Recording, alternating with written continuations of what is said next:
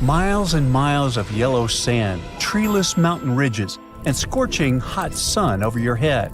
And suddenly, something you'd never expect to come across in a barren desert. A small group of overexcited people. They're as happy as you would be if you'd won a lottery.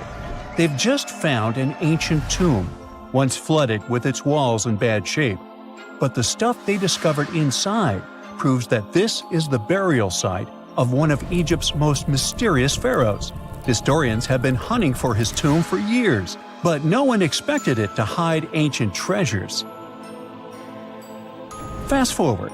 After careful examination of the site, Egyptian officials have announced the discovery of the tomb of King Thutmos II. It's the last missing tomb from Egypt's 18th dynasty. And this is also the first royal tomb found since King Tutankhamun's was discovered in 1922, in more than 100 years.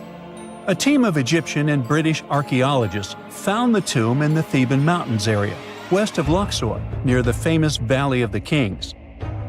Before this, the site was only known as Tomb C4, but during their excavation, the team found clear evidence proving it belonged to King Thutmos II. Archaeologists actually found the entrance and main tunnel leading to the tomb in 2022. But at first, they thought it belonged to a queen because it was near the graves of Thutmos III's wives. It was also close to Queen Hatshepsut's tomb. Originally, it was prepared for her when she was just a royal wife. But everything changed when she became pharaoh. But we'll talk about this twist of fate a little later. But soon they realized that their discovery was much more significant. They found alabaster jars with Thutmos II's name and the words "deceased king" written on them. That's when they realized that the tomb was actually his final resting place. Sadly, Thutmos II's tomb has seen better days. According to the head of Egypt's antiquities sector and the leader of the Egyptian excavation team, the tomb suffered major damage from ancient floods not long after the pharaoh's death. Water swept through the burial chamber, likely destroying or displacing many of the original artifacts. Much of what had been once inside the tomb was moved elsewhere in an attempt to salvage it. The researchers found out that the tomb had a basic design, with an entrance, a sloping main corridor, and a burial chamber. The corridor was coated in white plaster and rose about 4.5 feet above the floor of the burial chamber. A large staircase and a very large descending corridor of the tomb indicated its grandeur. It took the team a long time to navigate through, though, as the tomb was blocked by flood debris and collapsed ceilings. Only after crawling through a 32-foot passageway with a small 16-inch gap at the top, the worst nightmare for those of us with claustrophobia, were they able to reach the burial chamber. There, they were in for another surprise. They cleared the debris, expecting to find the crushed remains of a burial beneath. But the tomb turned out to be completely empty, and it was not due to robbery. It had been deliberately emptied. The researchers soon realized that the tomb had been flooded since it had been built underneath a waterfall. It happened just a few years after the king's burial, so the contents of the tomb were moved to another location. That's why there was a second corridor in the tomb. It was most likely made to help remove King Thutmos II's body from his flooded tomb. Despite the damage, the excavation team made some really exciting discoveries. They found traces of mortar decorated with blue inscriptions, yellow stars, and fragments from the Book of Amduat, one of the most significant funerary texts in ancient Egypt. The book was meant to guide the deceased through the underworld, ensuring a safe journey to the afterlife. Now, how about we sneak a peek at ancient Egypt's 18th dynasty? It was all about conquering lands, expanding the empire, and building jaw-dropping monuments. Some of the biggest names from that era, Thutmos I and Thutmos III, both legendary warrior kings who left their mark in history. Thutmos I was a fierce fighter who led major military campaigns, pushing Egypt's border further south than ever before, all the way to the fourth cataract of the Nile. His victories gave Egypt access to new trade routes, stronger political ties, and more wealth. His conquests were so significant that they were recorded in the tombs of his top officials. Thutmos III, sometimes called Thutmos the Great, took things even further. He was not only an incredible military strategist, but also the commander of Pharaoh Hatshepsut's armies before becoming king himself. He led between 17 and 20 military campaigns, winning every single one and expanding Egypt's empire to its peak. He even created the world's first navy. Thutmos III is often remembered as Egypt's greatest warrior pharaoh. And sandwiched between these two powerhouses was Thutmos II, a pharaoh who doesn't get nearly as much attention. Hey, the middle child, right? His reign lasted only about 5 years before he passed away at around age 30 in 1479 BCE. He is kind of a mystery. No one really knows what he accomplished. For the longest time, even the location of his burial site was totally unknown. His body was actually found in the 19th century. It was just lying around in the mortuary temple of Deir el-Bahari, in a secret chamber where priests used to hide royal mummies centuries after their original tombs were looted by grave robbers. In other words, Thutmos II's body must have been moved from his original resting place at some point in history to protect it. During his lifetime, Thutmos II made at least one major impact on Egyptian history. He married his half-sister, Hatshepsut. That might not sound like a big deal, but it helped her become Egypt's greatest female pharaoh after he passed. The catch? She kept her stepson, Thutmos III, off the throne for decades. When he finally took power, he erased her name from history out of spite. And still, Hatshepsut is one of Egypt's greatest pharaohs, no matter if you're talking about a man or a woman. She brought a lot of wealth and art to Egypt. She led a big trading trip to a place called Punt, where she brought back things like gold, ebony, and incense. She also made sure her name lasted by building amazing structures that we can still see today. At Karnak, she added huge obelisks. One of them is still standing tall. She also was the one to build the Temple of Deir el-Bahari with its countless columns. She was buried there. Interestingly, Hatshepsut was often shown in art as a man with muscles and a beard, like how pharaohs were usually depicted. But she made sure there was always something in the artwork that reminded people she was a woman, like calling herself Daughter of Re or His Majesty herself. When she passed away in 1458 BCE, Egypt wouldn't have a female ruler as powerful as her until Cleopatra, about 1400 years later. According to Egypt's Supreme Council of Antiquities Secretary General, isn't that a mouthful? Hatshepsut's name actually appears in Thutmos II's tomb, meaning she might have even handled his burial. As for their final resting places, well, Hatshepsut was buried in the Valley of the Kings, and Thutmos II's mummy is now in the National Museum of Egyptian Civilization, alongside other ancient Egyptian rulers. It gives visitors a rare chance to see the remains of a nearly forgotten pharaoh. Now, experts consider the discovery of his tomb to be one of the most significant in recent years.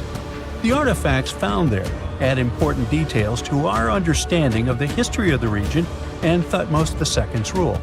And even though the tomb's design is fairly simple and follows the same architectural style preferred by later Egyptian rulers, its historical importance is undeniable. In any case, the mission isn't over yet. Archaeologists are now focusing on solving another mystery. Where did the rest of the tomb's contents end up? The team is determined to continue their search. Who knows what other secrets they will uncover that have remained hidden beneath the sands for thousands of years. Egyptian archaeologists made an extraordinary discovery near Cairo just recently. Drumroll, please. The most ancient and most complete mummy yet discovered in the country. Yes, they were keeping it under wraps. The 4,300-year-old mummy was found in a group of tombs close to the step pyramid of Djoser, dating back to the Egyptian Old Kingdom. It was covered in layers of gold. The team also found several other tombs, including one belonging to an ancient Egyptian official and another belonging to a secret keeper who had the power to perform special ceremonies. Another interesting tomb was that of a writer, which featured the largest statues ever found in the area. This vast burial site is also home to more than a dozen pyramids and resting grounds.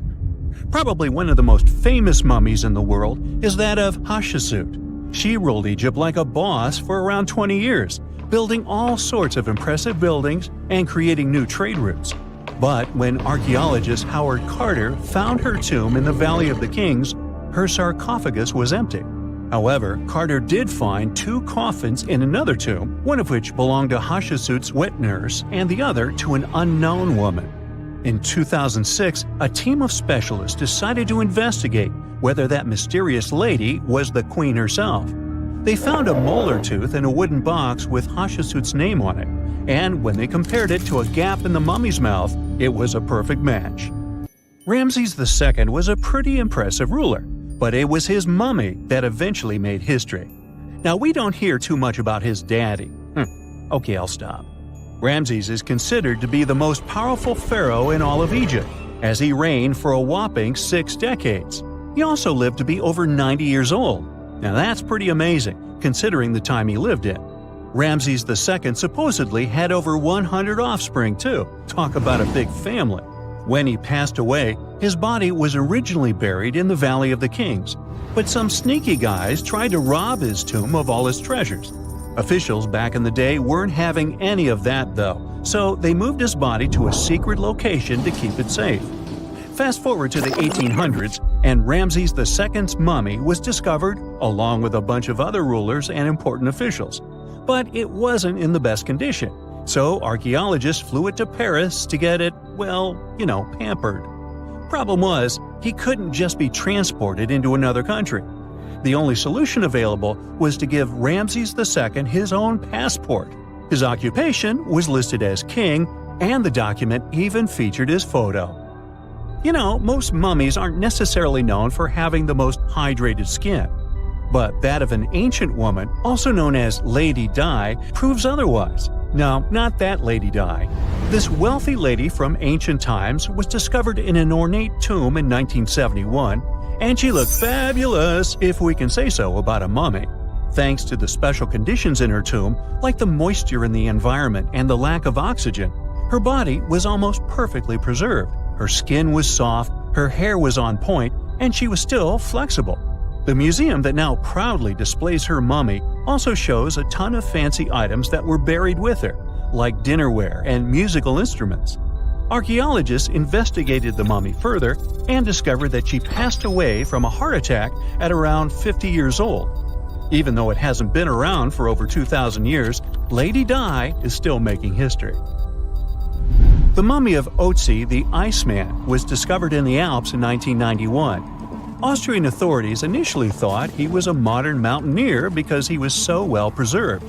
Turns out, he was actually from the Copper Age. He was found in a mountain pass over 10,000 feet above sea level. Through studying his mummy, we've learned so much about life in Copper Age Europe. For example, we know that he was a native of Central Europe and enjoyed eating meat. He also suffered from arthritis, narrowing arteries, and intestinal problems. But he likely used acupuncture and medicinal herbs to treat these conditions. And apparently, he was pretty handy with tools. He sharpened them just days before his untimely demise. Who knows if he was expecting trouble or just getting ready for some routine work. Now, King Tut and his story is most likely the one that made all mummies famous. This pharaoh passed away at the young age of 19, more than 3,000 years ago. But his mummy is still one of the most well-known in the world. When his tomb was opened in 1922, people went wild because it was still intact, unlike many other royal tombs. It had some seriously blinged-out coffins, including one made of solid gold. Not only did Tut's tomb give us a glimpse into ancient Egyptian history, but his mummy also taught us a lot about the time he lived in. DNA analysis helped identify his parents and revealed that the pharaoh had a rare bone disorder that might have made walking a bit tough. Now, Ginger is most likely one of the coolest mummies you'll ever hear about. He's like a time traveler from 5,000 years ago who's still looking fly with his golden hair and perfectly preserved nails. Ginger was discovered in Egypt and is believed to be the earliest known mummified body. Before people even knew about mummification, they used to place bodies in shallow graves in the hot, dry sand. And since the sand absorbed all the water, bacteria couldn't reproduce and the body was preserved naturally. Now, scientists are not sure if Ginger's preservation was intentional or not, but since he was buried with some pottery vessels, it's likely that whoever buried him knew some serious preservation techniques. If you want to meet Ginger in person, he's currently chilling at the British Museum. One Dutch art collector bought a statue from Asia and ended up finding a weird discovery. The statue contained a mummy hidden inside. Unfortunately, the body was too fragile to move, so they had to leave it there. The coolest part is that this mummy is over 1,000 years old and was on display for 200 years before being encased in the statue. When scientists did a CT scan, they found out that the mummy was filled with paper scraps covered in writings. Experts think he might have done this thing called self-mummification, which is a pretty intense process involving a special diet and tea that makes your body less prone to bacteria. Only a few people could handle this ritual, and those who managed to do that were seriously respected. No other Egyptian queen has baffled scientists and historians like the stunning Nefertiti. Based on her statues, she was known for her slender neck, wide eyes, and high cheekbones. Her name translates to "the beautiful woman has come." Talk about living up to your name, huh? Even though she wasn't a pharaoh herself, Nefertiti still managed to leave a lasting impression. Written records suggest that, as a wife and queen, she held an incredibly influential role. Because of her power, she was indeed admired, but she also managed to make quite a lot of enemies throughout her life. She was also related to King Tut, but not biologically. Rather, she was his stepmother. So far, locals have yet to identify her mummy, but that may soon change. A local Egyptologist who has been busy excavating tombs in the Valley of the Kings has found two mummies that he believes could be Nefertiti and her daughter. According to specialists, we may soon finally get a definitive answer about the identity of these two mummies. And if one of them does turn out to be Nefertiti, we could be in for a real treat. DNA analysis and CT scans of the mummy could give us the most complete and accurate image of the queen that we've ever seen. It's crazy to think that we've only scratched the surface of what lies beneath modern-day Egypt. Nefertiti ruled during a time of great power and prosperity in Egypt, but unfortunately passed away in a period of social turmoil, leading to her gravesite being lost. Now, where's my mummy? And now we're off to almost 5,000 years ago. Let me take you to ancient Egypt, where back in 2550 BC, guess what? The construction of the Great Pyramids of Giza started. People learned to build cathedrals and skyscrapers, but it wasn't until recently that these massive buildings appeared. It's still a mystery to even modern scientists how these pyramids were built 5,000 years ago. No wonder they are one of the 7 wonders of the ancient world. They're also the oldest of them and the only wonder of the ancient world that still exists in the 21st century. It must have taken a lot of cooperation to build a thing that massive, even for today's metrics. But the Giza pyramids weren't the first pyramids ever. The first one, called the Step Pyramid, was built around 80 years before the first Pyramid of Giza in 2630 BC for King Djoser. It wasn't meant to be extraordinary, but ended up being quite impressive. It was a pyramid of 6 stepped layers of stone. It was 204 feet high, which is as tall as a 19-story building. And it was the tallest building that existed at that time. It wasn't just a pyramid though, it was surrounded by a whole complex of buildings, including even courtyards. In ancient Egypt, people believed in the afterlife, so everyone, especially kings, wanted to make sure they had everything they needed to get ready for it. Here's why the pyramid complex was perfectly supplied with a lot of objects people used every day. The complex included a pyramid and a kind of a palace. Those buildings had many things the king loved and might need one day, like furniture, food, and gold vessels. After Djoser, building pyramids became common practice, but many pyramids weren't finished. It would usually take about 20 years to build one, but many rulers reigned way less than that. Overall, there are more than 100 pyramids. The most famous pyramids are the Great Pyramids of Giza. The first one and the biggest one was built for Pharaoh Khufu, around 2550 BC. Initially, it was 481 feet tall, which is as tall as a 40-story building. The second pyramid was built for Khufu's son, Pharaoh Khafre, around 2520 BC. It's just a bit shorter, usually standing at 471 feet high, a 39-story building.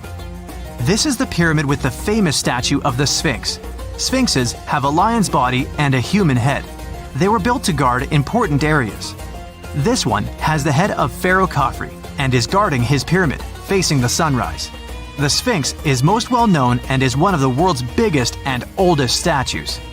Originally, it had red color and did have a nose. It's still possible to see the trace of red pigment by its ears. But no one knows exactly when the nose disappeared. For some time, the Sphinx was sort of hidden underground, being covered with sand up to its shoulders. Luckily, in the early 1800s, an adventurer with a team of 160 people dug it out. The third pyramid of Giza is the smallest one, being more than twice shorter. Originally, it was 218 feet high, about the height of a 20-story building. Built in 2490 BC, it was a pyramid for Khafre's son, Menkaure. The pyramids are designed to align with the points of the compass, and their sides symbolize the rays of the sun. But back at the time, there were no compasses. Ancient Egyptians figured out the directions themselves, and with amazing precision. To align the pyramids, they used two constellations. Originally, the pyramids were covered in smooth white limestone and had a gold-silver top to reflect the sun. Later, the white limestone was taken from the pyramids by other kings and used for other buildings. Scientists estimated that ancient Egyptians used about 2.3 million stone blocks to build the first pyramid. Each block weighed more than 1 ton. This is the weight of a rhino. Some blocks were even bigger, being almost as heavy as an elephant. 4.5 millennium ago, there was no modern equipment to help build it. There were no machines, no wheels, and even no steel. The only metal available to them was copper. Even today, scientists aren't sure how the Egyptians managed to build the pyramids. There are no records left that would shed light on it. Some even think that Egyptians wanted to keep it as their secret and didn't even record it on purpose. Many believe that poor people and foreigners built the pyramids, but it's not true. Actually, the builders were very skilled workers, and they were fed and paid well. The archaeologists claim that the builders lived in a nearby temporary city and were a highly organized community with a strong leader. Scientists say that around 20,000 people worked on each pyramid complex, and it took about 20 years to build each. It probably was a national project. The construction site was large in resources, and food and essentials were likely to be contributed from all parts of Egypt. Even with all that support, it remains unclear how people managed to cut, transport, and assemble those huge stones. One of the theories suggests the stones were most likely transported on boats down the Nile River. Then, there was a harder part. They had to be moved to the construction site. For that, they probably used wooden sleds. It wasn't very hard to pull them because the sand mixed with the right amount of water was pretty slick. And 10 people could move a sled even with a rock weighing 1 ton pretty easily. Finally, one last problem. The stones had to be lifted and put into place. Archaeologists have discovered the remains of the ramps system that dates back to when the pyramids were built. Most likely, the Egyptians designed a unique system to move and pull huge stone blocks, but no one knows what it looked like exactly. The most common opinion is that there were several ramps around the pyramid to help move the blocks. The ramp was growing with the pyramid getting higher. They suppose people were walking up the stairs, pulling the stone on the wooden sled up in the middle on the sandy ramp. But this is just one of the options. Others say that the ramps were going around the pyramid. Some say the ramps were inside the pyramid. But we'll never know for sure, and it'll forever remain a mystery, just like the ancient Egyptians wanted. Surprisingly, there's not much inside the pyramids. Most of it is just solid stone with very little open space. But let's take a quick look inside the biggest of the pyramids of Giza.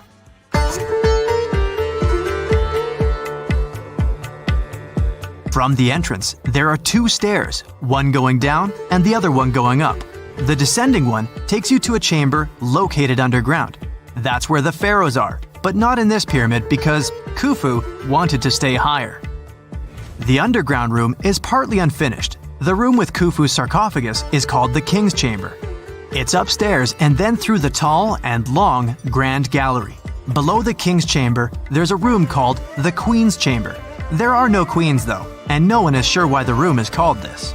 Unfortunately, none of these have any hieroglyphs on the wall. They're just bare. If you want to see them, you should go to the other rooms that are decorated. Those pieces of art are depictions of ancient Egypt's culture and daily life. The texts allow researchers to study their language and grammar.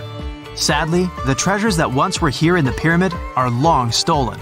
From that room, there are several tunnels for an unknown purpose. There are many tunnels and passages inside the pyramids. There are many chambers and shafts and secret ways. Scientists have been sending little robots with cameras there for some decades already. And the robots did discover another chamber a bit upstairs with hieroglyphs on the walls. But even today, much of the pyramids is still unknown, and there's no so-called building plan of the pyramids. Egyptians did create a mystery no one can crack for 4,500 years already. Scientists recently started to X-ray the pyramid to learn what's inside it without entering it and its narrow, mysterious tunnels.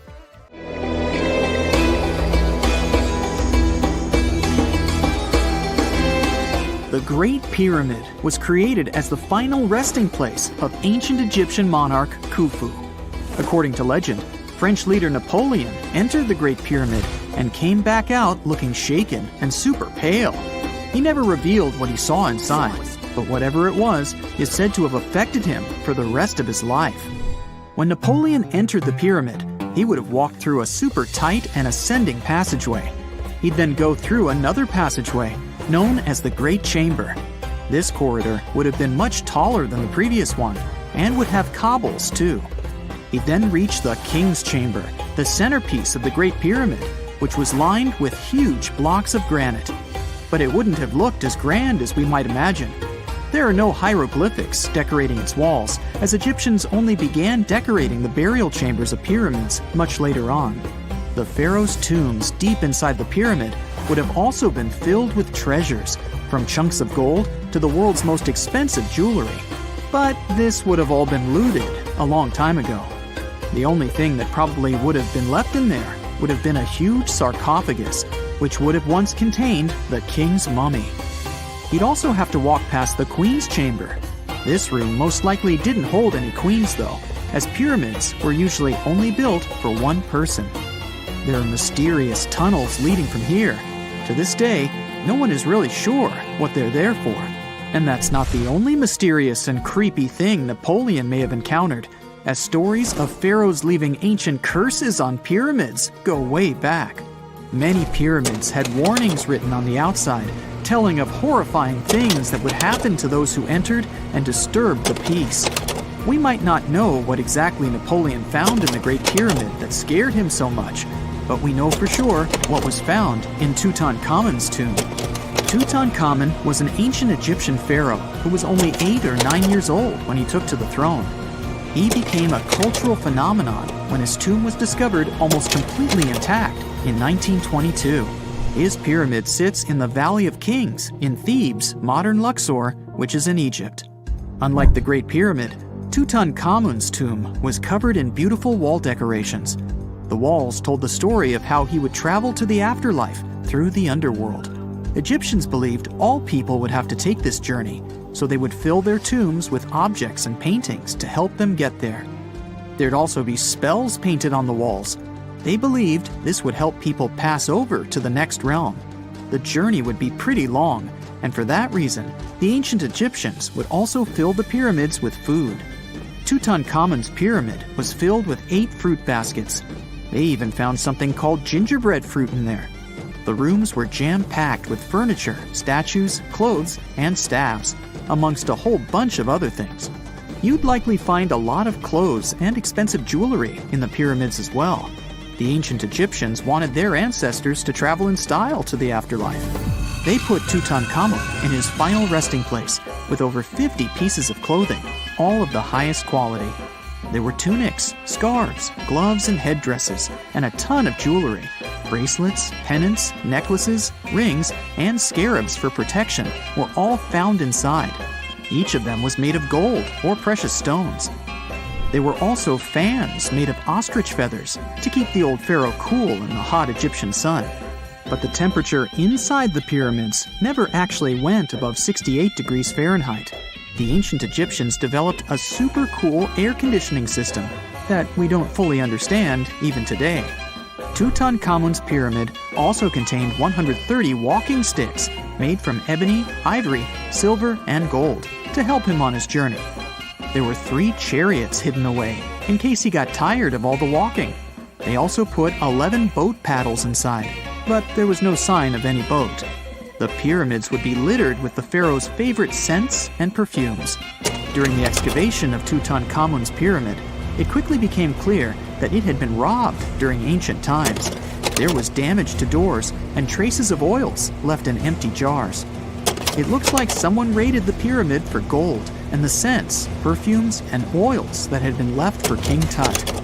There was still a bit of perfume, which was made from coconut oil and frankincense, left in one bottle. It seems like Pharaoh Tutankhamun loved board games. There was an ivory traveling set of senet in his pyramid. Although we don't know for sure exactly how to play it, we have figured out it was sort of an ancient Egyptian version of backgammon. It looks like it was a 2-player game where the goal was to knock your opponent off the board. Not really sure who Tutankhamun's mummy was supposed to play with, though. The ancient Egyptians had some rituals that may seem pretty strange to us. For example, they used to shave their eyebrows off if they ever lost a cat. So it's not too surprising they put some really weird things inside pyramids. Archaeologists discovered a collection of mummified cats and scarab beetles in pyramids that date back more than 4,000 years. They were found in the pyramids of Saqqara, which is south of Cairo.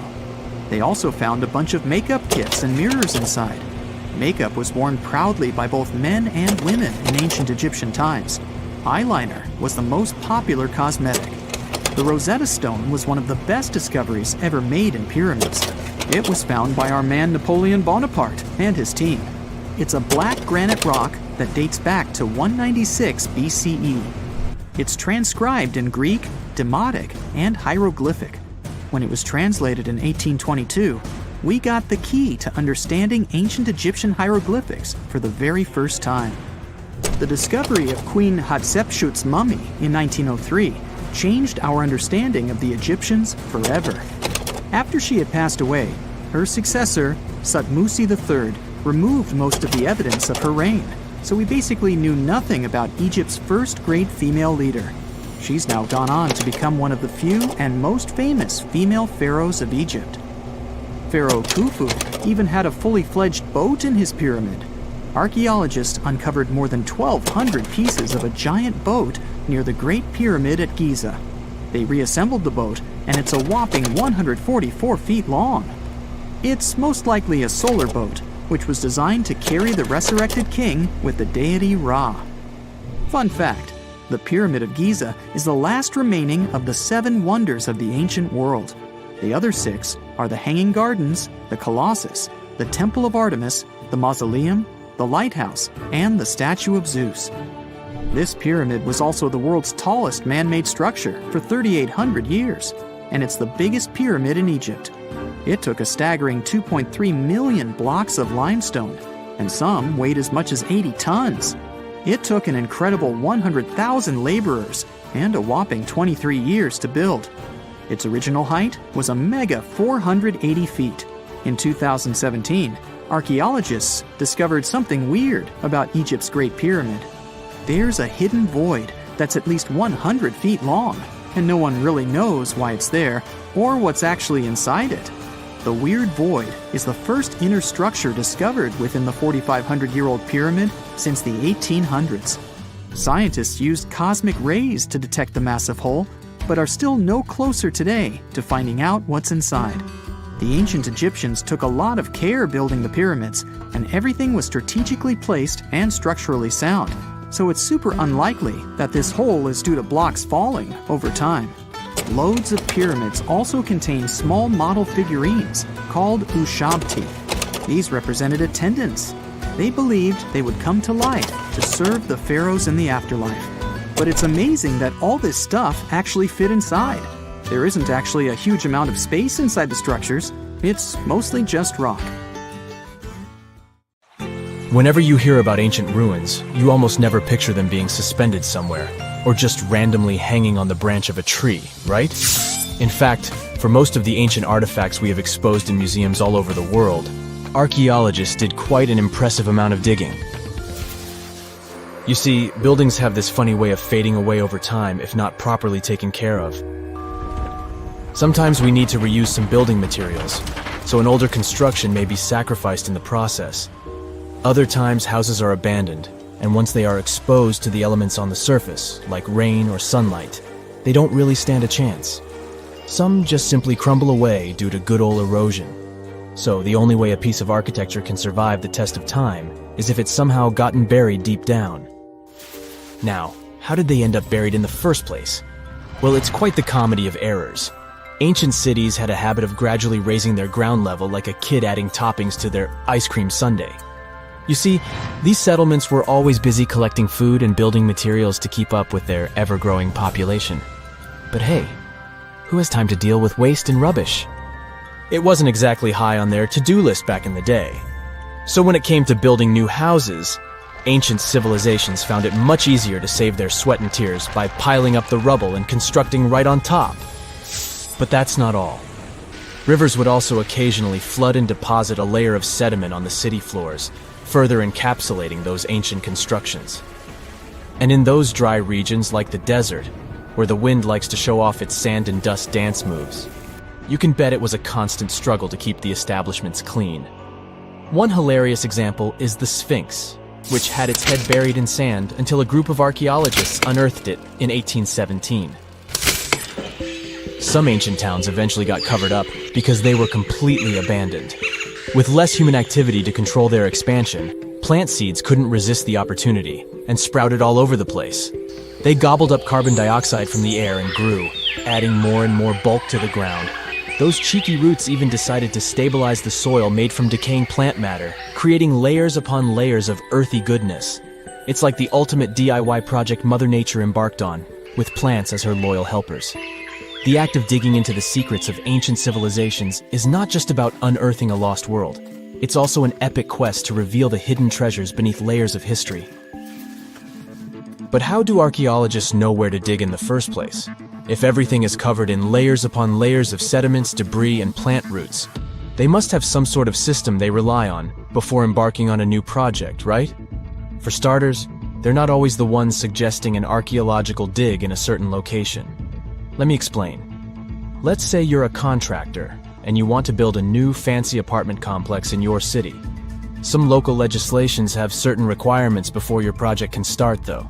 For instance, before anyone starts building on a piece of land, they might need to bring in specialists to check the soil.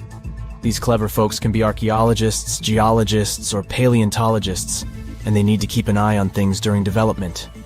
If any artifacts or ecofacts, fancy word for organic remnants, are discovered, these experts swoop in to excavate and study them. But what about sites that have nothing to do with bulldozers and yellow hats? Archaeologists have more than one trick up their sleeves when it comes to locating ancient hotspots. They dive deep into historic records with a healthy dose of detective work. By sniffing out old documents and maps, they can piece together the puzzle of human activity in a specific area. If a site has been visited before, it's even better. Finding records of past excavations or historical accounts can give archaeologists lots of information on where to continue their treasure hunt. Before archaeologists start swinging their shovels, they engage in a bit of a visual scan mission. Armed with a grid system, they'll stroll around the site, keeping their eyes peeled for any artifacts that might be hiding just beneath the Earth's upper layer. From groundstone tools to historic glass and even ancient garbage dumps, yes, they're also valuable. These keen-eyed explorers can spot signs of human activity faster than most people. If they stumble upon midden soil, fancy term for a garbage dump, they know for sure that humans once called this place home. Archaeologists don't just rely on their trusty shovels, though. They have an arsenal of gadgets to aid in their search for hidden wonders. Geophysical tools are like their secret weapons. Take the resistivity meter, for example. This clever contraption measures the electrical component of the soil and any buried features or artifacts. A buried wall, for instance, will create a different resistivity reading than the surrounding soil. Magnetometers and ground-penetrating radar work in similar ways, showcasing potential hints of ancient treasures in the soil. And who could forget our trusty old friend, the GPS?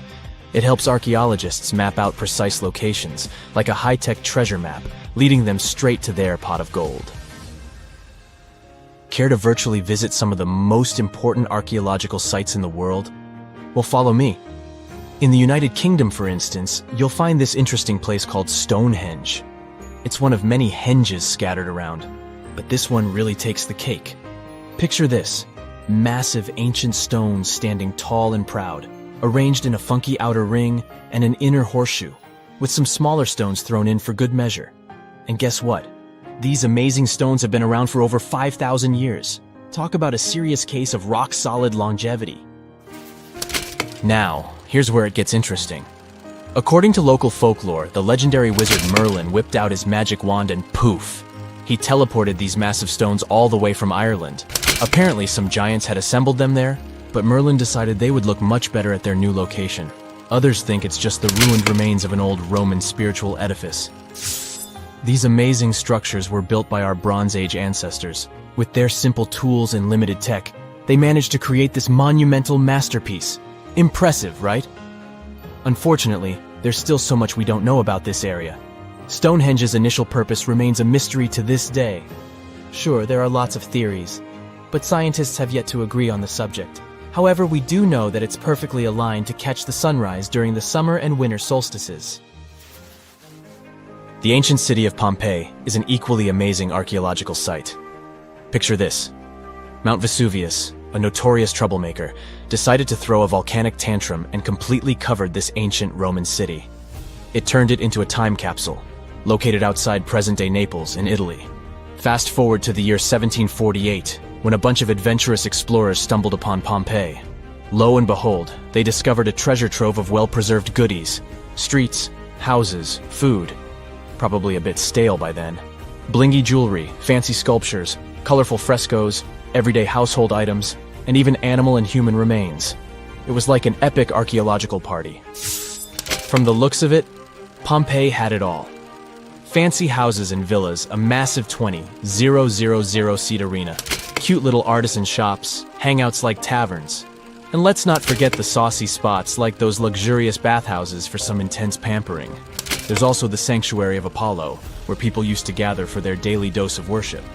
And of course, the bustling heart of the city, the Forum of Pompeii, where all the cool people used to hang out. And guess what?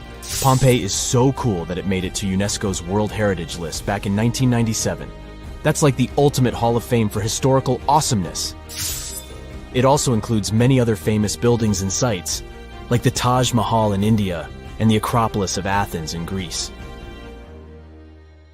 A gruesome discovery took place in Egypt some years ago. You want to hear about it? 16 human hands, carefully buried in 4 eerie pits. They didn't look too much like human hands at first, since they were abnormally large, but they were. Weirdly, there were only right hands. No left hands were in sight. It turned out that it points to the practice of an ancient dark ritual. Old Egyptian art and tales talked of a ceremony where warriors would present the right hand of their adversaries as proof of victory and ask for gold in return. Egyptians believed in the afterlife, so cutting off someone's hand meant you cut off their power eternally. Guaranteeing this type of defeat was interesting to the winning party. Here, the fight was between Egyptians versus Hyksos, who lived in what was once known as Canaan. Egypt has always been the center of some history-changing findings, and some time ago, this papyrus was found. If we stretched it open, it would be just a tad bigger than the height of a skyscraper. The world's tiniest skyscraper, which is located in Wichita Falls, Texas. When humans didn't write on their notes app, they wrote on this thing, made from the medulla of a papyrus plant. Around 2,000 years ago, ancient Egyptians wrote something reminiscent of a book where they describe most of their funerary traditions and their visions of the afterlife. It's considered one of the most important texts from ancient Egypt and is still sold in bookstores to this day. This ancient manuscript was unearthed from a chamber located just south of the Pyramid of Djoser, located in Saqqara. Oh yes, Djoser is the oldest pyramid in Egypt and not the Giza pyramids like most people think. So recently, the site of Saqqara buzzed with excited archaeologists who probably found one of Egypt's oldest complete mummies. They believe that this beautiful and well-preserved mummy was that of a wealthy man. He was discovered in a deep shaft, covered in layers of gold leaves. There are many symbols that show he was an important and wealthy man, like the band he wore on his head, the bracelet on his chest, and the fact that he was embalmed with a tunic, which was reserved for Egypt's finest. The most exciting part of the entire discovery was finding the resting place sealed with mortar, just as the ancient Egyptians had left it 4,300 years ago. Now this may sound weird, but back in 2008, archaeologists discovered a missing pyramid. Now, it went missing because it deteriorated over the span of 4,000 years. Today, you can only see its base. It was a pretty important site back in ancient times. It is said that around the area of the pyramid, the ancients hosted a special type of ceremony where high priests would carry mummified remains of sacred bulls. Now, here's a fun fact. Ancient Egyptians believed that Apis bulls were earthly incarnations of the city deity of Memphis and was connected to rites of fertility. It wasn't just any Apis bull, though. They needed to be all black, with a single white mark between its horns and a bunch of very specific characteristics. They were selected by the local priests and honored until they passed away. After that, they were mummified and buried in underground galleries. Meanwhile, this missing pyramid sort of disappeared around the 1800s. It was a German archaeologist who first found it in the village of Saqqara. He called it the Headless Pyramid when he first found it. But then, years after the official discovery, the desert sand came along and covered the whole thing. There were some excavations between the 19th and 20th centuries, but they weren't too systematic. That's why scientists were so thrilled when they dug an entire pyramid's base after removing the 25-foot mound of sand that was covering it. Oh, and it turns out American archaeologists are excavating a cemetery in Egypt that could contain over 1 million mummified bodies. So far, archaeologists have dug around 1,700 mummies. One of the main differences from other classic Egyptian mummies is that these people weren't kings and pharaohs. They were commoners that most likely lived about 1,500 years ago, when Egypt was controlled by the Roman and Byzantine empires.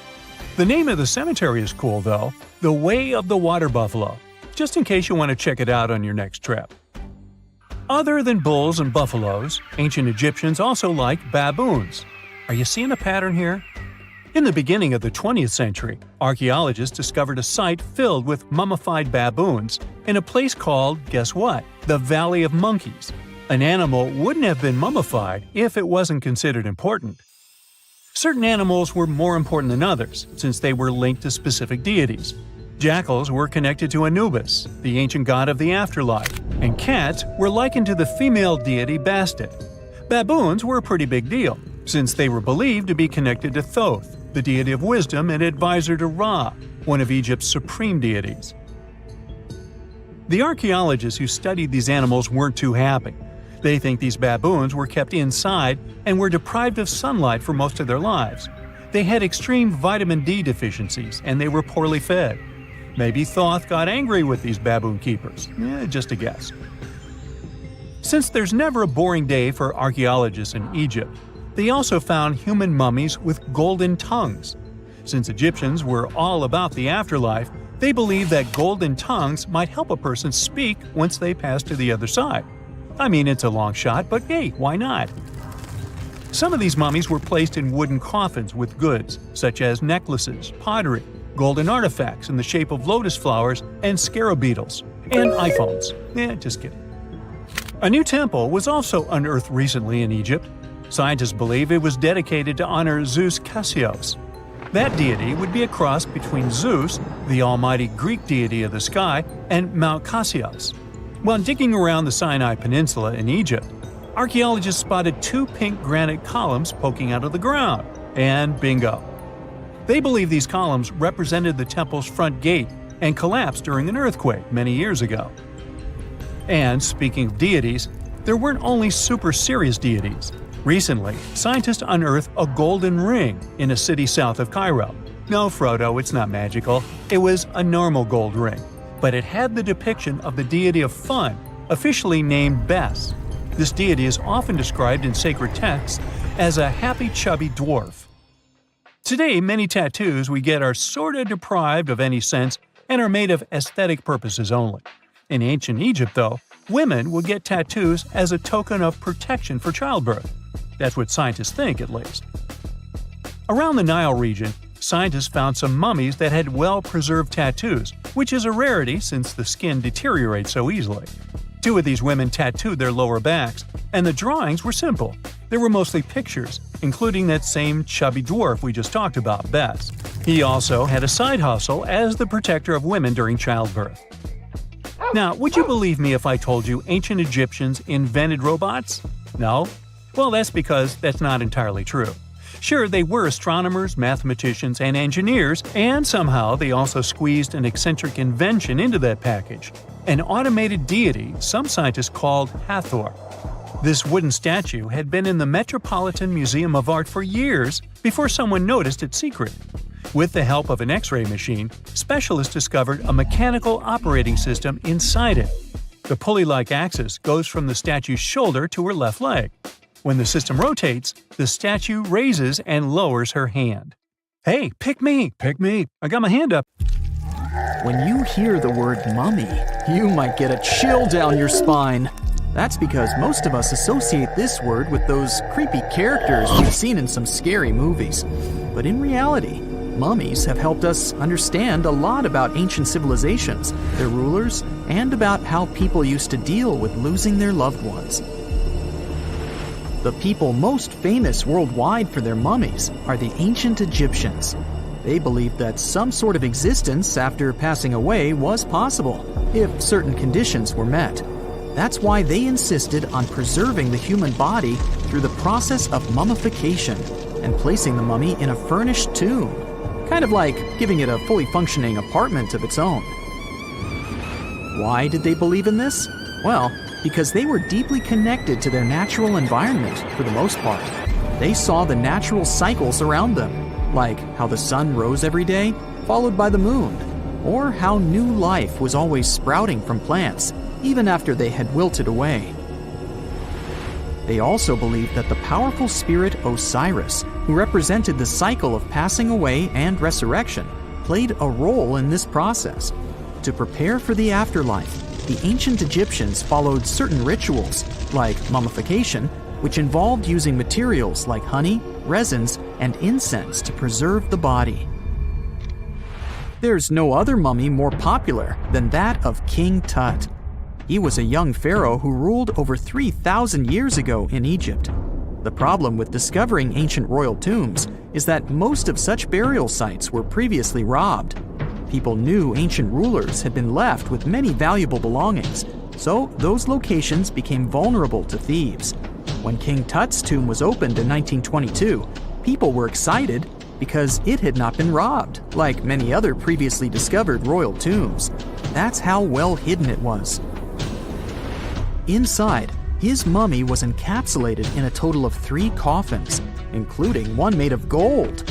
The objects found in his tomb showed us what ancient Egypt was like, and studying his mummy also helped us learn about the culture and practices popular at the time when he passed away.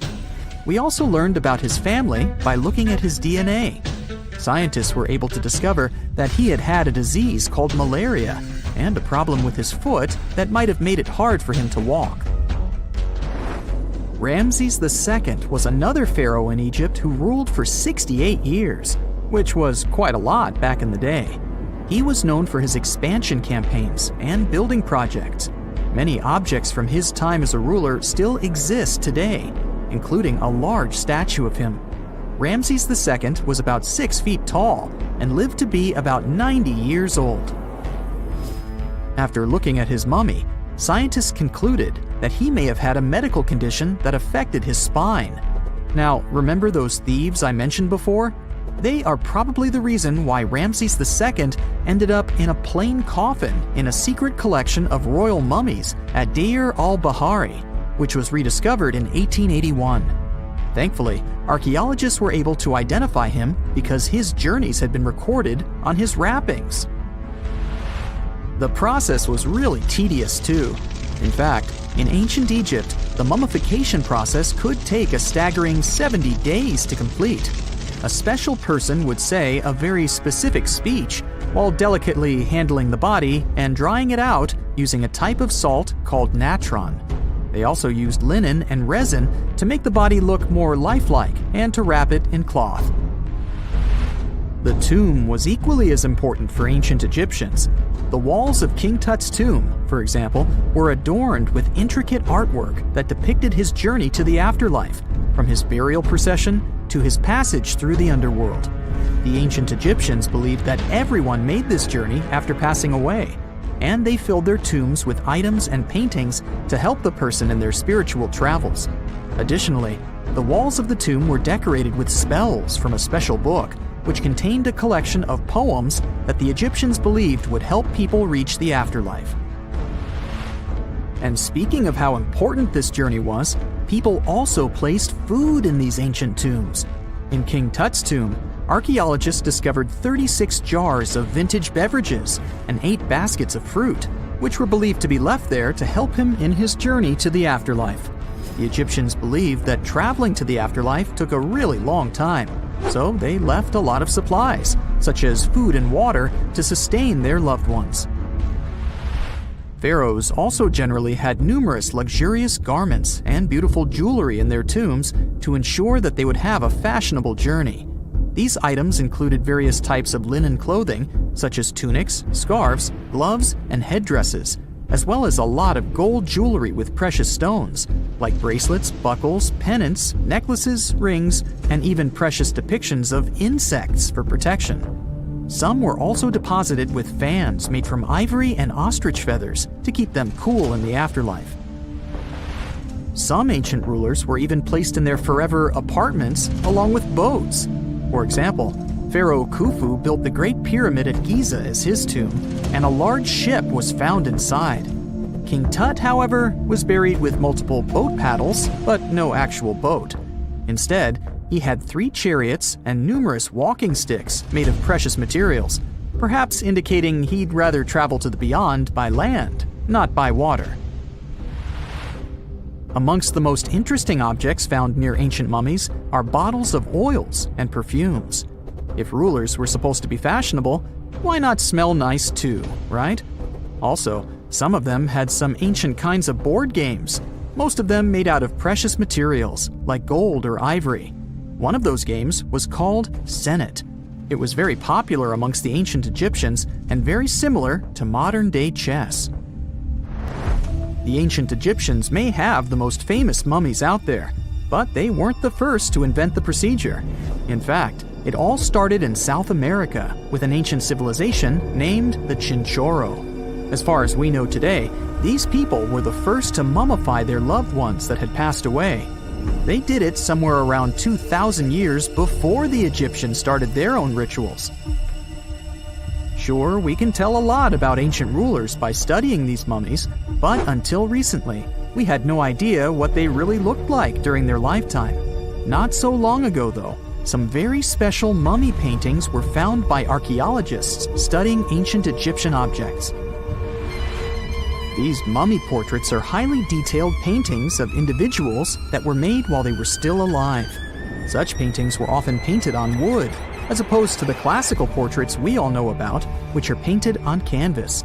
They are known for their realism and beauty, and have even been used by researchers to diagnose diseases by comparing them to the corresponding mummies. Some of these portraits also include depictions of jewelry, which was later found on the mummies. The recent discovery of these mummy portraits in Central Egypt is significant, as it marks the first time in over a century that such paintings have been found. Mummies appeared all around the world naturally, too. Mummification can occur without people intervening because of natural conditions, like extremely cold or hot environments, places with a lack of oxygen, or accidental exposure to chemicals that preserve the body. These conditions don't allow bacteria to grow, resulting in the body remaining more or less intact. famous Otzi was one of these mummies.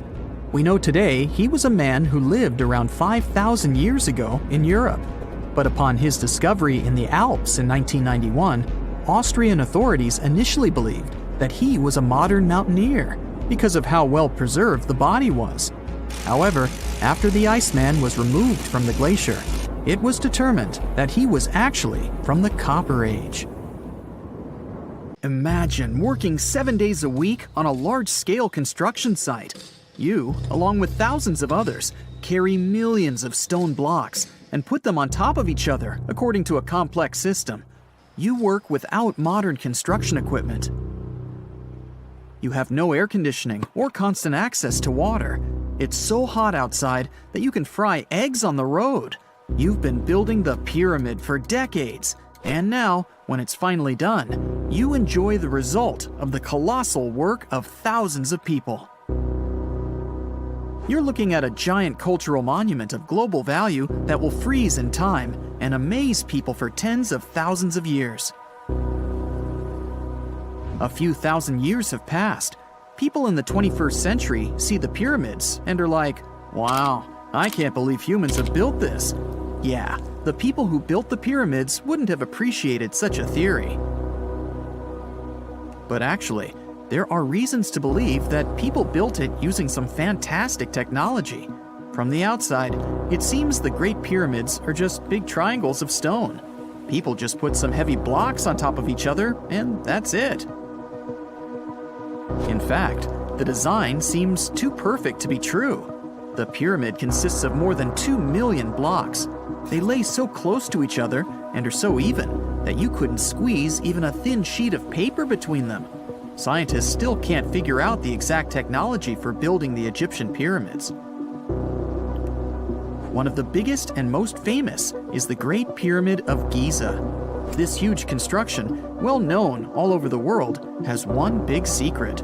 There should be a capstone on top of the pyramid. It's a triangular-shaped stone block, a small pyramid on top of a huge one. It's also called a pyramidion. The builders of ancient Egypt made it out of granite and limestone and covered it with gold. No records or old drawings prove that there was a pyramidion at the top of the Great Pyramid of Giza.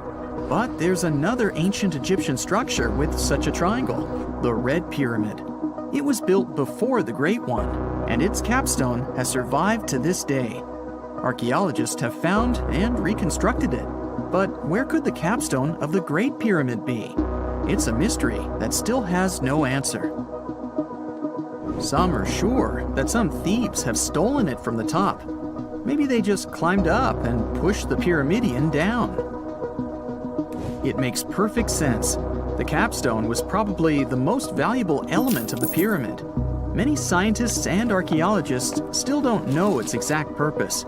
Some believe that this peak covered with gold glorified the pharaohs. The capstone reflected moonlight at night and illuminated the entire space around it. During the day, the capstone reflected sunlight with its shiny surface.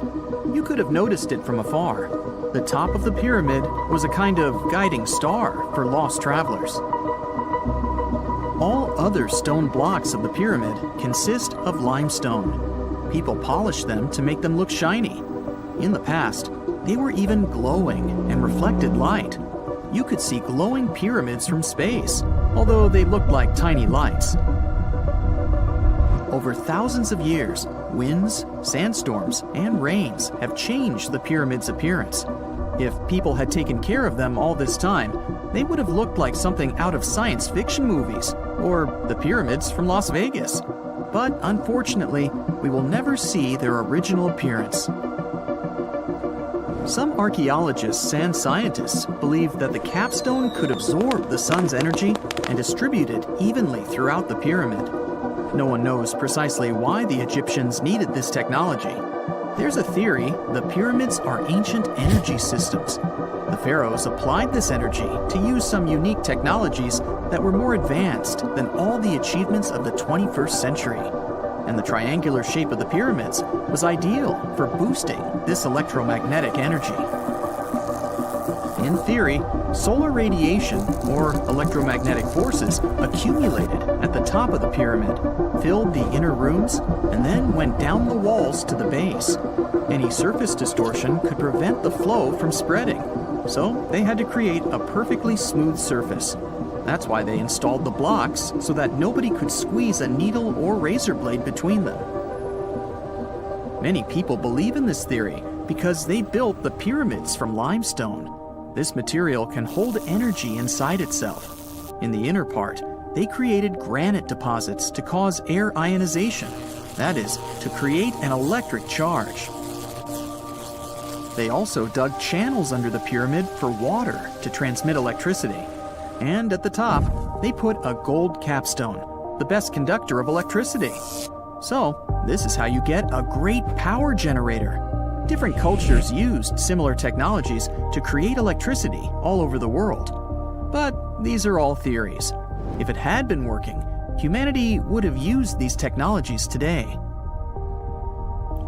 There are mentions of the metal industry, chemistry, engineering, physics, mathematics, and astronomy in some ancient records.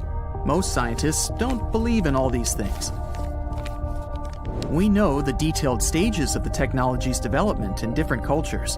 In the 21st century, scientists, historians, and anthropologists can track the evolution of all modern devices. If people had created some technological inventions in ancient times, the history of the world would have looked different. Perhaps all the achievements of antiquity could have been wiped off the face of the earth by global cataclysms, and it can happen to us. Just imagine how people would dig up a laptop in 5,000 years. Perhaps they wouldn't understand what kind of device it is. Another Egyptian wonder surrounded by mystery is the statue of the Sphinx. The Egyptians carved it out of a single massive piece of limestone about 4.5 thousand years ago. But scientists still don't know the exact date of its construction or who built it.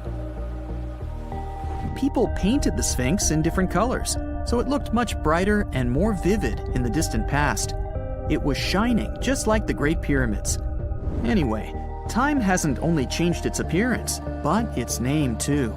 Initially, the Egyptians called it Hor-Mekhet. The Greeks renamed it the Sphinx about a few hundred years after it had been built.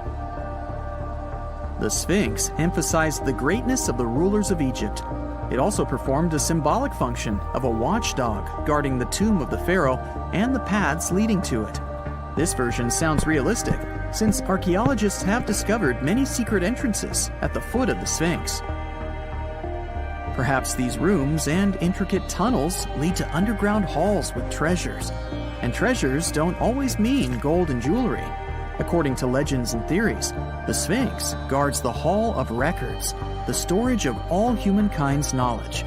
The information about the ancient mythical state of Atlantis could be there. You can find many detailed maps of the internal dungeons of the Sphinx on the internet. They show structures 12 stories deep under the statue.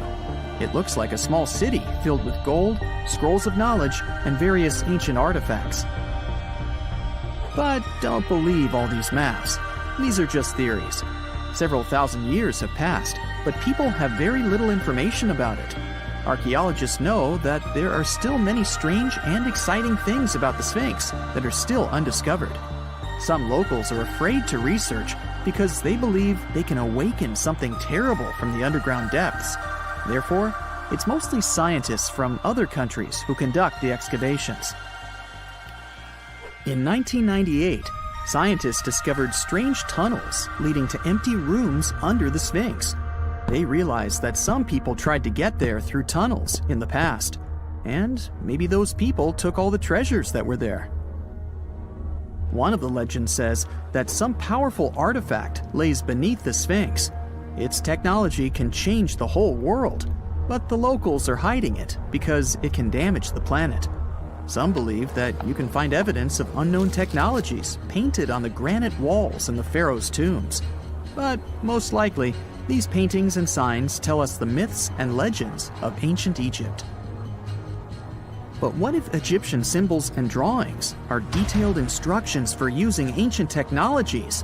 What if the locals that lived at that time thought, People in the future won't be able to get energy themselves. Let's leave some detailed instructions for them. Anyway, there are many riddles and theories. In reality, the search for answers is a dangerous undertaking, since it's not easy to get into the underground halls. Excavations can ruin the structure of the entire Sphinx. Any person inside the tunnels may get lost and never be able to find their way back. Besides, it costs a lot of money. Now, what would be awesome is if people could invent some device that could scan underground areas and show their detailed models.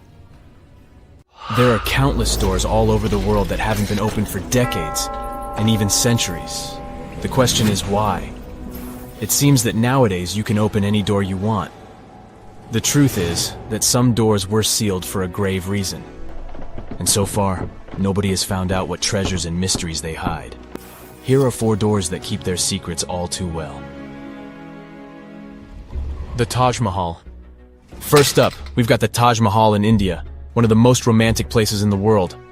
Shah Jahan commissioned it in 1631 and dedicated it to his 3rd wife, who he loved like crazy. They were married for 19 years and had a whopping 14 kids together. But unfortunately, she passed away while giving birth to their last baby. Shah Jahan was heartbroken and decided to build an epic tomb to remember her by. The construction took a whopping 20 years to finish.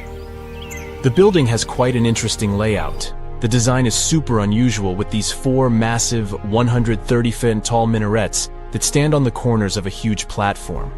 They're not just there for looks. Back in the 17th century, architects were having some serious issues with buildings collapsing under their own weight. So, the chief architect of the Taj Mahal made sure to place those minarets as far away from the tomb as possible. And he even tilted them in a way so that if they did fall, they wouldn't wreck the rest of the Taj Mahal. Talk about planning ahead. The Taj Mahal is hiding some crazy secrets. There are sealed rooms all over the place that nobody is allowed to enter. And if you check out photos of the building from the riverside, you can spot 2 basements. But guess what? They're sealed up too. Nobody knows what's inside or why they've been locked up since the time of Shah Jahan. Apparently, there's a good reason why those rooms are off limits. Some researchers think that they were built using marble, which turns into a different substance called calcium carbonate if it's exposed to carbon dioxide.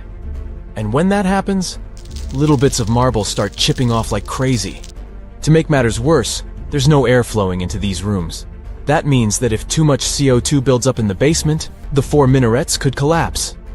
But wait, there's more. Some people think that the body of Shah Jahan's wife can be found in one of these sealed-up rooms in pristine condition. Why not? Who knows what the mysterious rooms might keep? The Great Sphinx of Giza. The Great Sphinx of Giza is shrouded in mystery. It's not just the largest monolith statue in the world, but it's also a hybrid creature with a woman's head and a lion's body that originates from Egyptian and Greek mythology. It's also very ancient. It's estimated to be around 4,500 years old. The construction of this marvel took about 3 years and required 100 workers, who were not slaves and were treated with delicacies like sheep and goat meat. It is also thought that it used to be much more massive than it is now. Archaeologists found huge stone blocks and abandoned toolkits near the site. However, the real secrets of the Sphinx lie underground, near its paws. A group of scientists used a seismograph to detect 2 hidden chambers beneath the Sphinx's paws.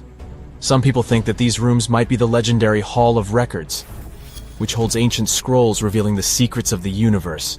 I mean, that's way cooler than any library I've ever been to. Rumor has it that the Egyptians even had info on Atlantis stashed down there, which is like a super old version of a conspiracy theory. Unfortunately, we can't go on an adventure to check it out just yet. The chambers presumably have 2 entrances, but both remain sealed. The researchers haven't yet received the green light to check out their theory.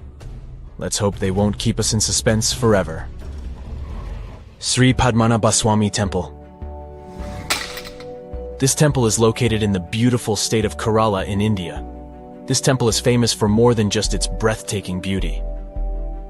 Underneath the temple there are 6 vaults, creatively named A, B, C, D, E, and F. The enormous iron doors to these chambers add to the mystery of what's behind them. A few years back, the authorities decided to open these vaults to the world, but it wasn't an easy task. You can't just open the doors and enter the vaults. It required a lot of work. It took them a while, but finally, in 2011, they opened 5 of the 6 chambers. And guess what they found? Tons of treasure. Bags of gold, precious gemstones, and priceless diamond jewelry. The estimated worth of everything found in the vaults is a whopping $1 trillion. It's like the temple was the real-life inspiration for Aladdin's Cave of Wonders. But wait, I said 5 of the 6. What happened to the last one? Vault B has remained closed, but not for lack of trying. They simply didn't manage to open it. There is even a belief that it's fatally cursed. Legend says that only a saint or sage can break the curse by chanting a specific mantra. But no one has been able to do this yet, presumably because we don't have saints or sages at our disposal. There is also rumor that in the 30s some temple invaders tried to enter Vault B to do some good old looting. But they never reached their target. Apparently terrible snakes materialized out of nowhere and chased the gang away. But of course, this is just an urban legend, and there is not proof of that. However, it is said that the Auditor General dealing with the temple claimed that Vault B had been opened at least 7 times since 1990, and nothing bad happened to anyone who entered. Who knows? Maybe we should send Indiana Jones to check it out. The First Emperor's Tomb. Deep under a hill, completely undisturbed and surrounded by dangerous traps, lies an ancient 2,000-year-old tomb. It belongs to Qin Shi Huang, the first emperor of China. He was born in the Qin state and became king when he was just a boy. But when he grew up and gained full power, he united the warring states ancient China was divided into by conquering them. After that, he created the Qin dynasty. When he died in 210 BCE, they buried him deep underground in a massive tomb. And when I say massive, I mean massive! Back in 1974, some farmers in Xi'an, China, stumbled upon something strange while digging a well, a huge terracotta soldier. This discovery led to an extensive archaeological dig that has continued for over 40 years, revealing a collection of thousands of clay soldiers. The unique thing about these soldiers is that each one has its own unique features, from hairstyles to facial expressions.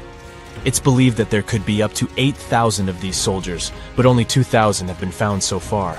Interestingly, the central tomb, which is believed to be the resting place of the emperor, is still untouched. In ancient records, there are references to a vast underground city that the emperor built, complete with scenic towers, palaces, and whatnot. Sima Qian, a Han Dynasty historian, wrote that the tomb was adorned with treasures and had space for hundreds of officials, but the lack of technology to properly examine the site is what's holding things up. Qin Shi Huang was surrounded by liquid mercury in his tomb, with 2 of the streams representing the major rivers of China, Yellow River and Yangtze. The ancient Chinese believed that mercury could provide immortality, but it could have also caused the emperor's death since he regularly took mercury pills to prolong his life. The dangerous levels of mercury contamination in the soil near the tomb are the main reason why scientists are reluctant to explore it. It could be very dangerous both for people and for the environment. Now, if I had to choose which door to open, I'd probably go for the one that doesn't lead to a tomb surrounded by poisonous mercury. Call me crazy, but I'd like to avoid any potential health hazards. Okay, what if I tell you that the extraterrestrials we all imagine as little green men may actually look like very normal Earthlings and chill in Europe? This is the Iberian Peninsula, and people living there are under suspicion. Ooh. Here's the reason. Somehow, parts of the most important artifacts that the Iberian civilization called Treasure of Volena are made of metal that simply can't be found on Earth, because it's metal from a meteorite. Now let's tackle this step by step. This is the artifact itself, and it's composed of 59 different objects. Bowls, bottles, and bracelets. Is there a pattern there with all those bees? In total, the find weighs around 20 pounds, of which 18 pounds are 23.5 karat gold. Now, if you're not a metal specialist, I'll clarify it for you right away. For comparison, 23-karat gold is 95.8% pure gold, so 23.5 karat is even purer. The remaining percentage goes to other metals to help add strength and durability to the precious alloy. There was also silver, iron, and amber in that set. The artifact could have been pretty straightforward, but for these two, let's call them imposters. Look at this wrought iron bracelet and this hollow hemisphere. Can you see that? Those rusty lines on the hemisphere and the overall weird color of the bracelet do stand out, since everything else is made of purest gold. This all started back in 1963, when a researcher noticed a dark leaden metal among the shiny bowls and bottles. The metal was shiny in some areas and covered with a ferrous-looking oxide that was mostly cracked. Now, just so you understand, gold does not usually act this way. Gold is one of the least reactive of all metals, so it won't even tarnish, let alone rust. To figure out where this suspicious iron came from, researchers turned to mass spectrometry, which checks out the mass-to-charge ratio of molecules. Their findings showed that the nickel in the iron is similar to that found in meteoritic iron. Simply put, the bracelet and the hemisphere are of extraterrestrial origin. Ooh. Now, the exact age of the trove is hard to determine, yet it's crucial. We need to know the exact age to see if it coincides with the start of the Iron Age in the Iberian Peninsula. If it does, then no further questions here. But if it doesn't, well, it's, at the very least, weird, if not suspicious. So there's this three-age system. It comprises the Stone Age, then the Bronze Age, and then the Iron Age. The Stone Age is of no importance here, so let's compare the Bronze and the Iron Ages. The Bronze Age began when it was realized that combining copper and tin produced a material that was more durable than either metal alone. This era was all about major upgrades in tools and weapons, but two standout inventions were writing systems and the wheel. Then came the Iron Age. This time was all about slowly bringing iron into everyday life. Iron was way easier to shape into cool designs than bronze. Now, this was a big deal because iron, especially transformed into steel, provided significant improvements in all aspects of life. Tools became lighter, cheaper, and stronger compared to their bronze equivalents. You get it? Good. So, researchers have long debated whether the treasure dates back to the post-Archaeologic era or the latter part of the Bronze Age. The most recent study claims that those artifacts were created in 1400 to 1200 BCE, and something really doesn't add up. First off, the Iron Age began around 500 years after these artifacts were crafted. Plus, ancient craftsmen couldn't know back then how to work with metals that landed on Earth approximately 1 million years ago. And while the dates are really hard to explain, there is a logical explanation for the craftsmanship. The theory here is that those metal workers simply had access to the fallen meteorite, and thus, they could study it well and discover its properties before using it for decorative purposes. They could have figured it out through trial and error, and once they knew exactly how to work with this extraterrestrial metal, they proceeded to adorn the artifacts with it. Plus, there were the Phoenicians, who contributed to their craftsmanship. Now, it's true that the Iberian people have been processing metal and making pottery long before the Phoenicians settled on the peninsula. But the arrival of new metalworking techniques and the introduction of the potter's wheel enabled them to produce better quality goods much faster than before. So, we figured out the extraterrestrial origins of the Iberian artifacts. But guess what? This area is still under suspicion. The reason for that is the language they spoke. You see, for most modern languages people use today, there will always be some proto-language. Say for Italian, Spanish, and French, it's Latin, hence their similarities. But wait, Iberian was largely spoken where modern Spain is, so why isn't Spanish similar to it? Well, the truth is, no language today is similar to the Iberian. Maybe only the Basque language, but it's because of some similarities found in their numerical systems. Basque is classified as a language isolate, or simply unrelated to any other known languages and the only language isolate in Europe. The Iberian language is unclassified. While the scripts written in it have been deciphered to various extents, the language itself remains largely unknown. And look at the alphabet the Iberians had. Looks like it doesn't really belong to our planet. But hold up, this one might be a bit of a stretch. When the Phoenicians came to the peninsula, they brought along their alphabet to the Iberians.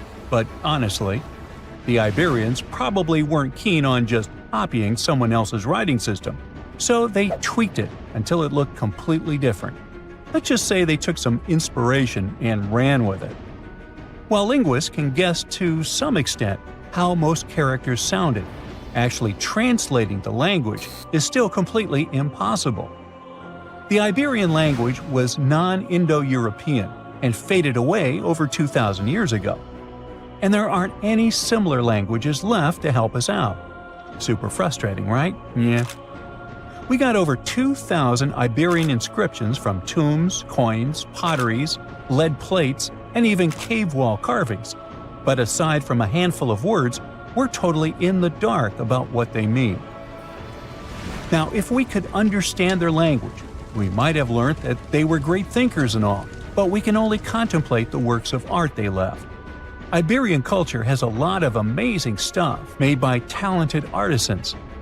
We're talking about not just metalwork and ceramics, but also detailed sculptures, textiles, jewelry, and other personal bling.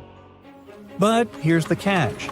Making all those luxury items depended a lot on a big farming class. At the heart of Iberian society, most folks were involved in farming and taking care of livestock. Depending on where you were, the types of farming varied. For example, up in the north, they were all about growing grains, while down in Valencia, they focused on producing olive oil and other agricultural aspects. In the west, raising animals was the name of the game. Still, we don't have much information about the day-to-day lives of the many people doing this essential work. Yet, on the flip side, we know a lot about the upper class of Iberian society, who control these agricultural resources and hire the artisans. By the 7th century BCE, we start to see a group of Iberian princes who were living the good life, trading with the Phoenicians and enjoying fancy luxury items. You can spot this elite class in their burial practices. Cremation was the go-to method for funerals among the Iberians, and wealthy individuals were often found in cemeteries with all sorts of lavish goods and funerary sculptures that give us a peek into the fashion and hairstyles of the rich. Interestingly, starting in the 6th century BCE, there was a noticeable drop in the number of recognizable burials, which suggests that these elaborate funeral customs became more exclusive to a small elite. Meanwhile, the fate of the majority, farmers, artisans, soldiers, and laborers, who made up a big chunk of the population, remains a bit of a mystery. It used to be a pretty advanced civilization, but it vanished without a trace. Researchers think it could have been due to some massive earthquake, but so far, we don't know for sure. Unlike many other ancient Egyptian burial grounds, King Tutankhamun's tomb stayed hidden and free of unwanted thieves for 3,000 years. One reason was that the tomb was smaller than average and tucked away in a place called the Valley of the Kings. This area was already being extensively explored by the time they stumbled upon Tut's spot. The entrance was all covered in debris from building a nearby tomb, which must have also helped keep it a secret. There were also zero writings or signs on the outside of the tomb. Time passing also played a part in keeping it in amazing shape until the 1920s, when a man named Howard Carter finally made it in. But was Carter that big of a hero? Some recent findings say he might have been sneakier than initially thought. People used to think Carter wasn't just a glorified treasure hunter, he was a true archaeologist. Before Tut, he had been on a relentless quest for Egyptian artifacts. He discovered his interest in these unusual objects when he was a child, and soon started drawing the sculptures and inscriptions that were found in ancient tombs. After stumbling upon the remains of King Tut, Carter spent a decade recording and processing all sorts of objects, like golden thrones, chariots, and statues from Tut's tomb, shipping them down the Nile to Egypt's museum in Cairo. Well, at least that was the official story. More recent discoveries claim that not all of the objects made it to Egyptian officials. A secret letter seems to uncover Carter's little 10 for them, 1 for me policy. The letter in question was sent to Sir Alan Gardiner, a philologist and friend of Carter's, dated from 1922. In these writings, Carter mentioned having found the tomb and was asking his buddy for some advice. In another letter from 1934, Gardiner seems to be thanking Carter for an amulet, which was sent to him as a thank you gift.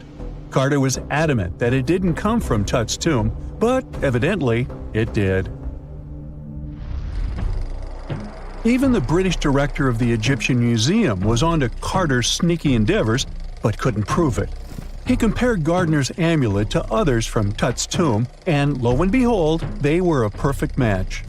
Gardiner was so disappointed to have been put in such a sticky situation that he vented to Carter in another letter.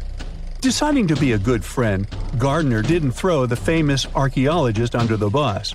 Instead, he advised Carter to take those stolen goods back to Cairo, just like he'd advise you to like this video and subscribe to the Brightside channel for more amazing videos on the most unique topics in history. It's not the only shady piece of information on Carter's post-discovery behavior. In 1947, a man named Alfred Lucas, who used to work with a controversial archaeologist, gave some information in an obscure journal in Cairo. He claimed that Carter sneakily cracked open the burial chamber door himself. Then he sealed it back up like nothing had happened before the official uncovering. Now, why would he do that? Well, the same theory suggests that Carter and his crew might have entered the tomb early so they could get their hands on some ancient goodies. Obviously, these people couldn't risk having such objects sold while they were still alive, but made sure they were auctioned off after they passed. Carter, though, never confessed to anything. He made no official denial either, but the Egyptian government couldn't risk any more mysterious disappearances, so they prohibited him from entering the tomb for a while. Some have connected this apparent stealing to the curse of King Tut. If you've never heard of it, know that it became quite the scary tale soon after King Tutankhamun's resting place was uncovered. It claimed that anyone messing with the tomb of the boy pharaoh would face some serious bad luck. It's not all dramatic like a mummy going on an aggressive spree, but word got out that the people involved in disturbing King Tut's lair met some mysterious, untimely ends. The main untimely passing related to this supposed curse is that of George Herbert, the 5th Earl of Carnarvon. He was this British aristocrat who helped fund the search for the tomb. He passed away just a year after the tomb was opened. Now, people love to call it mysterious, but it turns out that Herbert was already in pretty bad shape health-wise when he got to Cairo, and he ended up getting taken down by a regular disease. Now, let's talk numbers. There were a lot of people linked to this tomb opening: security guards, archaeologists, and supporting staff. And sure, a few of them did pass not long after the tomb started receiving visitors. As much as we'd like this curse to be true for the sake of, good storytelling, statistically, if you have a bunch of people connected to opening a tomb, you'd expect some passings just by random chance. The average lifespan for those supposedly targeted by the ancient curse was more than 20 years after the spell was supposed to kick in. Herbert's daughter even lived until the 1980s, that's half a century later. And Howard Carter himself lived until 1935, a solid 16 years after the big reveal. Some have suggested that the whole curse was nothing more than a careful PR strategy. You see, when Tut's tomb was found, Howard Carter wanted to make a priority out of keeping nosy reporters away. So he might have come up with a curse hanging over anyone entering the boy king's resting place. But what was stolen from King Tut's tomb anyway? Well, some jewelry to begin with. It might have been snatched by Howard Carter himself, according to a French specialist. He did some intensive research by looking at old pictures taken from inside the tomb back in the 1920s. He compared those images to various objects from museums and auction houses. He soon started to piece together the whereabouts of some of Tut's jewelry. First up, there's this collar that used to be on Tut's chest. It was all broken into pieces, and some parts went via Carter to the Nelson Atkins Museum in Missouri. Meanwhile, other bits ended up on a necklace owned by some unnamed people who tried to sell it in 2015 but failed. Even the Nelson Atkins Museum agrees, as they've confirmed the information on their website. Then there's a headdress piece. Some beads from it that once belonged to Tut apparently got stolen by Carter too. They were also strung into a necklace and are now being held at the St. Louis Art Museum. Another fancy collar made out of glazed ceramic magic spent some time at the Met, far away in New York. Thankfully, it was sent back to Egypt a bit over a decade ago. This seems to have been, as you'd expect by now, also stolen by Carter. Missing artifacts aside, King Tut still gave a ton of amazing objects that helped us learn more about this incredible ancient culture. Starting with the famous burial mask. It's this massive 21-inch gold art piece with semi-precious stones and glass paste. It weighs 22 pounds and showcases the boy pharaoh with a long beard and a headdress with a cobra and vulture. On the back, there's this spell from an important ancient Egyptian spiritual book that's supposed to make sure it works just as well in the afterlife. Tut was also apparently a board game enthusiast. They found 4 board games in his tomb, some made of ivory.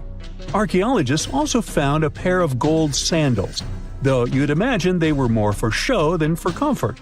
In fact, the pharaoh probably never wore them in his lifetime. Now, speaking of fashion items, it turns out Tut was quite the fancy ruler. They even found a mannequin in his tomb that was used to pick out, adjust, and store his outfits and jewelry. The boy king seemed to have also enjoyed some music, based on the 2 trumpets historians found in his tomb. Though they were played back in 1935 in a BBC broadcast, the instruments are today considered too fragile to be maneuvered. For more than 3,000 years, the gold mask of Pharaoh Tutankhamun stayed hidden in the Valley of the Kings. This artifact, which stands about 21 inches tall, shows how skilled and artistic the ancient Egyptians were. But nobody expected that X-rays would reveal its biggest secret. King Tut was the last ruler of his family during the 18th dynasty. He took the throne at just 9 years old, but ruled for only 10 years before he passed away unexpectedly. If we're being honest, back in ancient Egypt, he was mostly forgotten by the rulers who came after him. His tomb wasn't a big deal for them, so much so that even the grave robbers forgot about him. It might sound a bit sad, but the truth is that it was actually great news for us. Since his tomb was practically forgotten, it ended up being perfectly preserved. While the other tombs in the Valley of the Kings were looted, his remained sealed and untouched. So, when it was discovered back in 1922, it had over 5,000 precious objects inside. That made Tutankhamun basically an instant celebrity and one of the best-known pharaohs nowadays. Among the treasures was the most stunning piece, his golden mask. This mask is said to be an exact image of the king's face, or at least it was supposed to be, but we'll get to that later. The purpose of this accurate representation of his face was to make sure that his soul would recognize him in the afterlife and return to his mummified body. In ancient Egyptian beliefs, this would allow him to continue living in the afterlife. The details of the mask clearly looked incredibly difficult to create, but people didn't realize how complex it truly was until many years later. The first X-rays of the mask were taken in 1967. Back then, the main reason for these scans was practical – conservation. The mask was heading to Paris for an exhibition, and it was the first time it had ever left Paris. This would help them keep track of any changes during the exhibit. Plus, the images could give clues about how the mask was made, but back then, they probably didn't fully realize just how complex its construction was. I mean, Egyptian goldsmiths didn't use modern soldering techniques, So, how did they make this mask? New X-rays taken in 2007 gave us some answers. It turned out the Egyptians didn't use pure gold, which is 24 carats. The mask was actually made of 23-karat gold, meaning it was mixed with another material. So specialists discovered that the gold sheets contained a small amount of copper, a reddish-brown metal. This was likely done to make the material more flexible and easier to shape. They would then shape the gold sheets by heating and hammering them over and over again. But there was one more secret inside the mask that wasn't discovered until 2015. The year before, the staff at Cairo's Egyptian Museum were working on the mask display when the long beard of the mask accidentally got knocked off. Another theory is that the beard had become loose over time and just fell off. Either way, the fact that King Tut's beard came off caused a lot of stress. After all, we're talking about one of Cairo's biggest tourist attractions, so the experts had to fix the problem quickly. The restoration process started with a detailed recording of the mask's condition. To do this, they had to take a full three-dimensional scan of the artifact. And, by accident, they found something very interesting in the mask. Inside the royal beard, there is a gold tube, an intriguing structure that the Egyptians likely used to attach the beard to the rest of the mask. And that proved, once again, that the process of making this mask was even more complex than experts thought. But the mysteries don't stop there. Remember how we mentioned that the mask was thought to perfectly represent King Tutankhamun's face? Well, that might not be entirely true. Some popular theories suggest the mask was never meant for him and was actually made for someone else. A study published in 2015 suggested the mask was originally made for a female pharaoh, his supposed stepmother, the famous and beautiful Egyptian queen Nefertiti. The biggest clue comes from an inscription on the mask. At first glance, it seemed to belong to Tutankhamun, but after a close examination, researchers noted that something else was actually written underneath King Tut's name. The royal name stamp seems to have been altered, and originally it had something written on it that translates to Queen Nefertiti. There is another feature of King Tut's golden mask that was overlooked for years, which adds even more mystery. As we mentioned earlier, experts believe he wasn't respected much by the pharaohs who came after him, and one of the clues that made archaeologists think this is the pierced ears on the mask. Some researchers believe that King Tutankhamun wouldn't have worn earrings after he was a kid.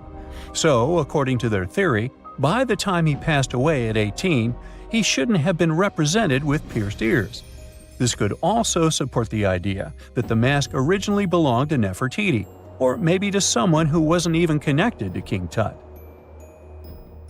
But the mask isn't the only source of mystery.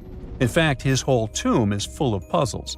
Recently, historians found a sign that the place where King Tut was supposed to be buried was changed at the last minute. For years, experts wonder why a pharaoh who ruled for 9 years ended up in such a simple tomb. When compared to the grandeur of other pharaohs' tombs, his tomb seemed, well, a bit plain. The idea that a king like Tutankhamun would have such an unremarkable resting place just doesn't match up with the power and importance he must have had in ancient Egypt. So, what happened? Well, apparently, this might have something to do with his successor, Pharaoh I. After King Tutankhamun passed away, researchers believe that I made sure to erase him from Egypt's history. So, one theory suggests that he was probably behind the quick decision to place King Tut's body in a smaller, less impressive tomb. When experts looked at I's own tomb, they found something interesting. There is a large wall covered in painted baboons. This is the same type of artwork found in Tutankhamun's tomb. It seems like the same person might have chosen the artwork for both tombs. Now, the design and decoration of the two tombs are almost identical, suggesting there was a shared hand behind both. But there is one key difference. I's tomb is fit for a king. It's much bigger and more impressive, even though the style and artwork are similar to what you see in Tutankhamun's tomb. So the theory suggests that I decided what went into both tombs. Since Tut passed away unexpectedly at a young age, his grand tomb wasn't finished in time. Normally, pharaohs start building their tombs while they're still alive to make sure everything is perfect. But Tut passed away when he was just 18, so there wasn't enough time. I may have taken advantage of the situation, ordering a smaller tomb for Tut and keeping a larger one for himself. Experts believe this theory explains why Tutankhamun's tomb is so simple and how I managed to wipe his memory from history so easily. But in the end, the story of King Tut's mask and tomb is full of mystery and intrigue. Each new discovery sheds more light on what really happened all those years ago. But one thing is for sure, the secrets of ancient Egypt still have much to reveal, and King Tutankhamun will continue to fascinate people for years to come. We all know some iconic symbols. The Statue of Liberty screams USA. The Eiffel Tower represents Paris. And this mask? Undoubtedly, it's Tutankhamun's, right? Sometimes it feels like historians have squeezed every last drop out of the King Tut story. But guess what? The most obvious details often slip right under our noses. Like the fact that this famous mask didn't actually belong to him, nor was it ever meant for him. Stick with me for the details. Can we get a close-up of that mask? Thanks. See those holes? Yep, they're for earrings. And no, it's not that they had anything against jewelry, but back in ancient Egypt, earrings were typically worn by high-status women or kids. Now, if you know your history, you might say, but Tut was a boy king, wasn't he? You're spot on. He began his reign at just 9 years old. Sadly, that didn't last long as he passed away at a very young age. So when he was 9, he might have worn earrings, but he probably took them off when he hit that no earrings age. Sounds reasonable, right? Actually, not quite. That would have been pretty strange since nobody expected him to pass away young. Certainly not at 9. So no one was preparing a kid's mask for a burial. It's this untimely demise that suggests the mask used was simply the best option available when Tut passed away. There are more clues pointing to the idea that the mask was found in a hurry. Let's think about this. Even though Tut was mummified and his body could wait a bit, his loved ones wanted him to reach the afterlife ASAP. Some experts even believe the paint in the tomb was still wet when it was sealed. But look at his mask. It's a masterpiece. There's no way it was made in a rush. It's way more elaborate than other simpler cartonnage pieces. The renowned mask of King Tut stands 21 inches tall, adorned with precious stones, and features a golden beard that weighs 5.5 pounds, making the entire mask 22.5 pounds. Okay, I'm a bit confused here. So it seems like it was probably a kid's mask, but it had a beard? I've never seen a 9-year-old with a goatee, and I'm guessing you haven't either. Just think about it. A grown man's face compared to a kid's face. Fun fact for you, our faces pretty much stopped growing at the age of 16, so by 19, Tut would have definitely had the face of an adult man. Can you imagine trying to fit a relatively small kid's mask on a grown man? That would have been super embarrassing, and no one would have let that happen. Right, let's dismiss the kids theory. Now the second option, if you remember, is that the mask could have originally belonged to a woman. This is where the beard theory comes into play. Some researchers believe the beard might have been added later on. Here's another twist. What if the mask was actually made for Nefertiti herself, who ended up maskless? In this case, there are two discoveries. Two birds with one stone. For now, it sounds like a conspiracy theory, I know. But let's give it a shot and delve deeper into the details.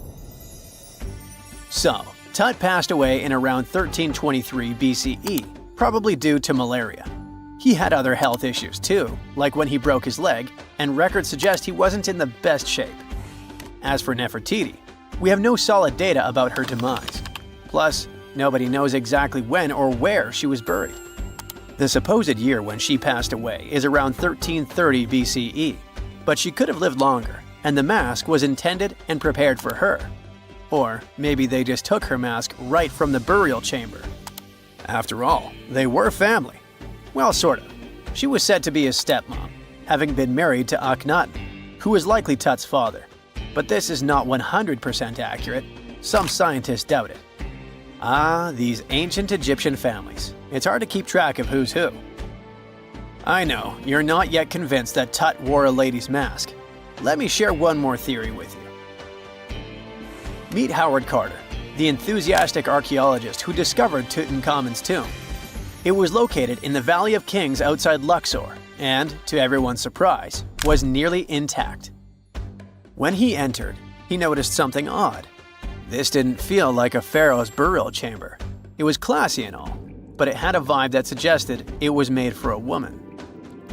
Typically, Egyptian pharaohs had larger tombs that suited them better, and even more strangely, it was oriented to the right of the entrance. This didn't add up. That orientation was typical for female chambers, which Egyptian queens used. Another red flag was that the chamber appeared to have been built in stages, and all the artifacts, around 2,000 of them, seemed hastily placed there. Even more curious, they looked like they were meant for other royals. Carter discovered this burial site in 1922, but it remained a mystery as to why it was so bizarre. Almost a century later, Nicholas Reeves thought he may have solved the puzzle. He claimed that King Tut might not have been the original resident of the tomb. Instead, he suggested that the undisturbed resting place of the legendary Queen Nefertiti could be hidden behind the walls of the boy king's burial chamber.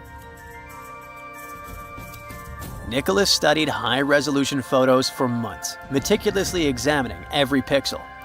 One day, he focused on detailed scans that revealed the texture of the tomb's walls beneath layers of paint. He spotted what he believed to be outlines of two doorways that had been blocked and plastered over to hide them from view. The more he looked, the more it seemed real. Could it be a tomb within a tomb?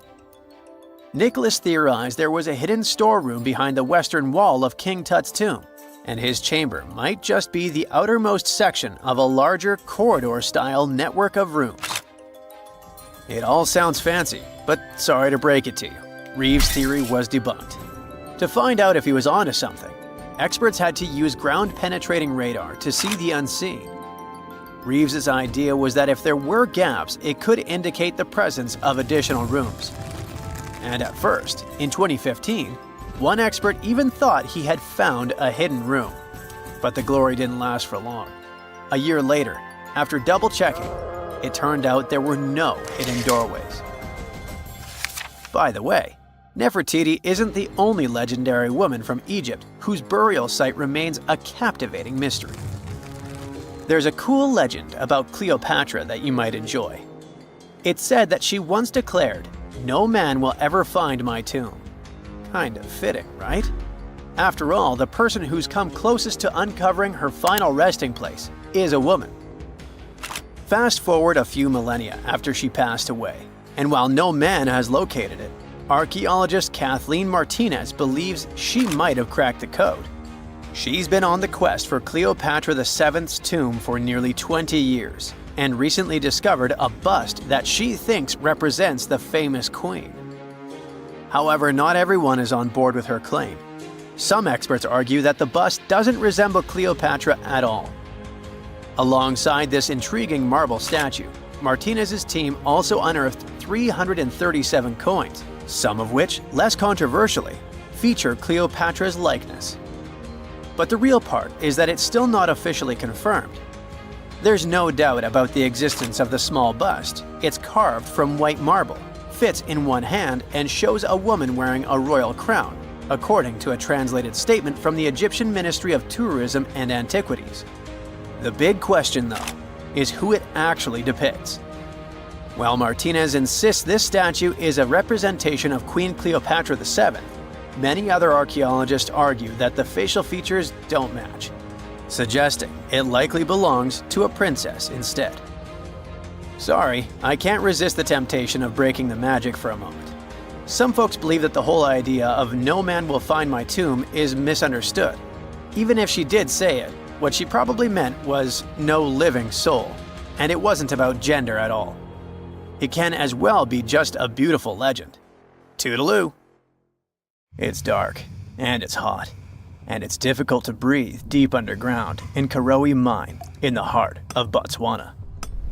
It's been countless hours since your shift started, and yet another rock in your hands doesn't look promising. On the other hand, there is a tiny chance that it's the largest diamond you've ever found. You decide to inform your Canadian bosses from Lucara Diamond Corp. And bingo! The stone you found turns out to be a breathtaking 2,492 carat diamond, the second largest ever found. Now, the average engagement ring size is 1.7 carats. It means that just this diamond could be enough to supply rings for more than 1,465 brides. You can compare the size of the previous stone with the size of a fist. And the weight of this priceless giant is over a pound. Its value hasn't been determined yet, but how about we speculate a bit? So, another diamond from the same mine, called the Constellation, was sold for $63 million in 2016. And that was only 813 carats, less than a third of this new one's size. The only other discovered diamond that's larger is the famous Cullinan diamond. It was discovered in South Africa back in 1905 and weighed 3,106 carats. Now, calculate how many engagement rings we could make out of it and write the number down in the comments. Sadly, it was later cut into several smaller diamonds, and some of those pieces are now part of the British crown jewels.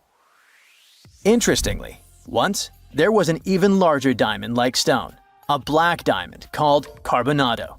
It was found above ground in Brazil in the late 1800s. The coolest thing about it is that it may have come from a meteorite. The Sergio Carbonado, which is the stone's name, was broken into smaller pieces. They wanted to use it in industrial drill bits because it's one of the toughest materials on Earth. This new diamond was actually found with the help of advanced technology. The company used an X-ray system called Mega Diamond Recovery X-ray Transmission to detect the stone. This isn't the first record-breaking diamond Lucara has found at the Karowe mine. Back in 2019, they discovered the Sewelo diamond, which was 1,758 carats. At that time, it was the second largest diamond in the world. Luxury brand Louis Vuitton later purchased the gem for an undisclosed sum. And before that, in 2015, they found the Lasceti La Rona diamond at the same mine. It weighed 1,109 carats and brought the company $53 million in 2017. Diamonds aren't the only amazing thing you can find in the ground. The better and deeper you dig, the rarer objects you're likely to discover, like an ancient lipstick, for example. It might be the oldest lipstick in the world since it's about 5,000 years old. This deep red lip paint was found in a stone vial in southern Iran. The vial actually popped up in 2001, but it took researchers until recently to figure out what it really was. Because it's not like modern lipstick in a tube. People likely applied it with a brush. Researchers are happy, since this find could give us a glimpse into what women from the Bronze Age might have done to stand out. Those from elite societies probably applied this lipstick to look glamorous and show off their high status. Now, here's the backstory of the vial. It came from a 3rd millennium BCE graveyard and was linked to the powerful Marhazi civilization. It was a big deal in that part of Mesopotamia at the time. The graveyard was uncovered after flooding, and unfortunately, looters got their hands on many items. But luckily, the authorities managed to recover this particular piece. The vial caught scientists' attention because it was different from other items they'd found. Normally, they'd come across gray, compact substances in similar containers.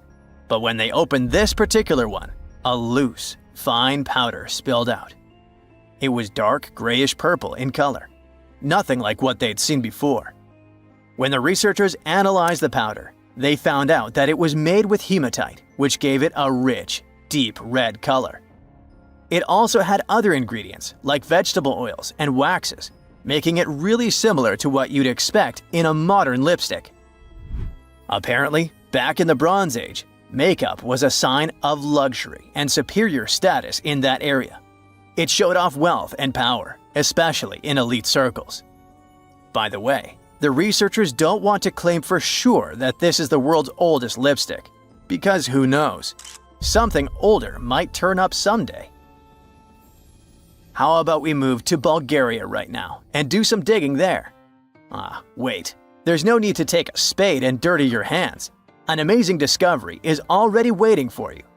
There they found a large marble statue.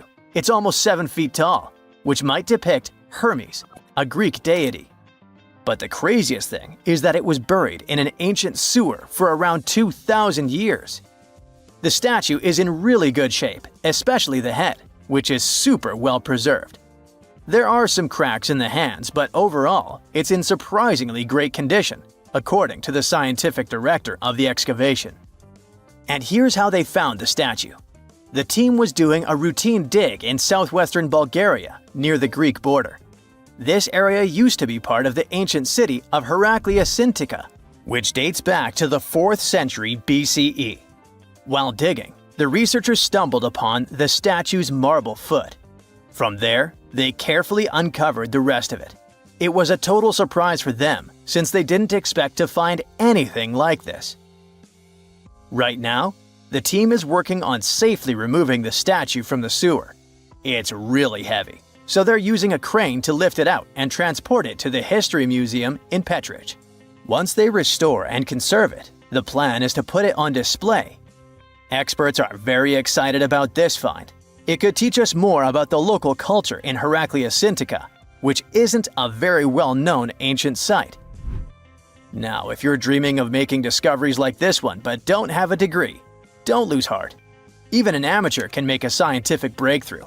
For example, you could find a Roman dodecahedron. It's this weird, mysterious 12-sided metal object about the size of a grapefruit, and no one really knows what they're used for. Historians have been scratching their heads about these things for centuries. This particular dodecahedron was discovered last summer in a farmer's field near Norton Disney, about 35 miles southeast of Sheffield. A group of volunteers had already found Roman coins and brooches in the area, so they knew the field might hold more treasures. A geophysical survey had shown areas underground where the Earth's magnetic field was disturbed, hinting that something might have been hidden there. The team started digging trenches during a 2-week excavation.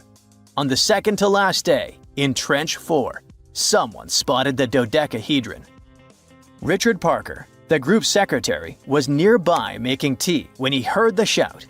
He said they were all shocked because they hadn't found much metal, and then, boom, that awesome artifact simply popped up. The extra cool thing about that dodecahedron was that it was complete, which is rare. Many others found before were broken or incomplete. Plus, it's larger than usual. Roman dodecahedrons can be as small as a golf ball, but this one is closer to a grapefruit. Now, the dodecahedron is on display at a local museum. So far, over 100 Roman dodecahedrons have been found in northwestern Europe, mostly in former Roman territories like the Gallo-Roman regions.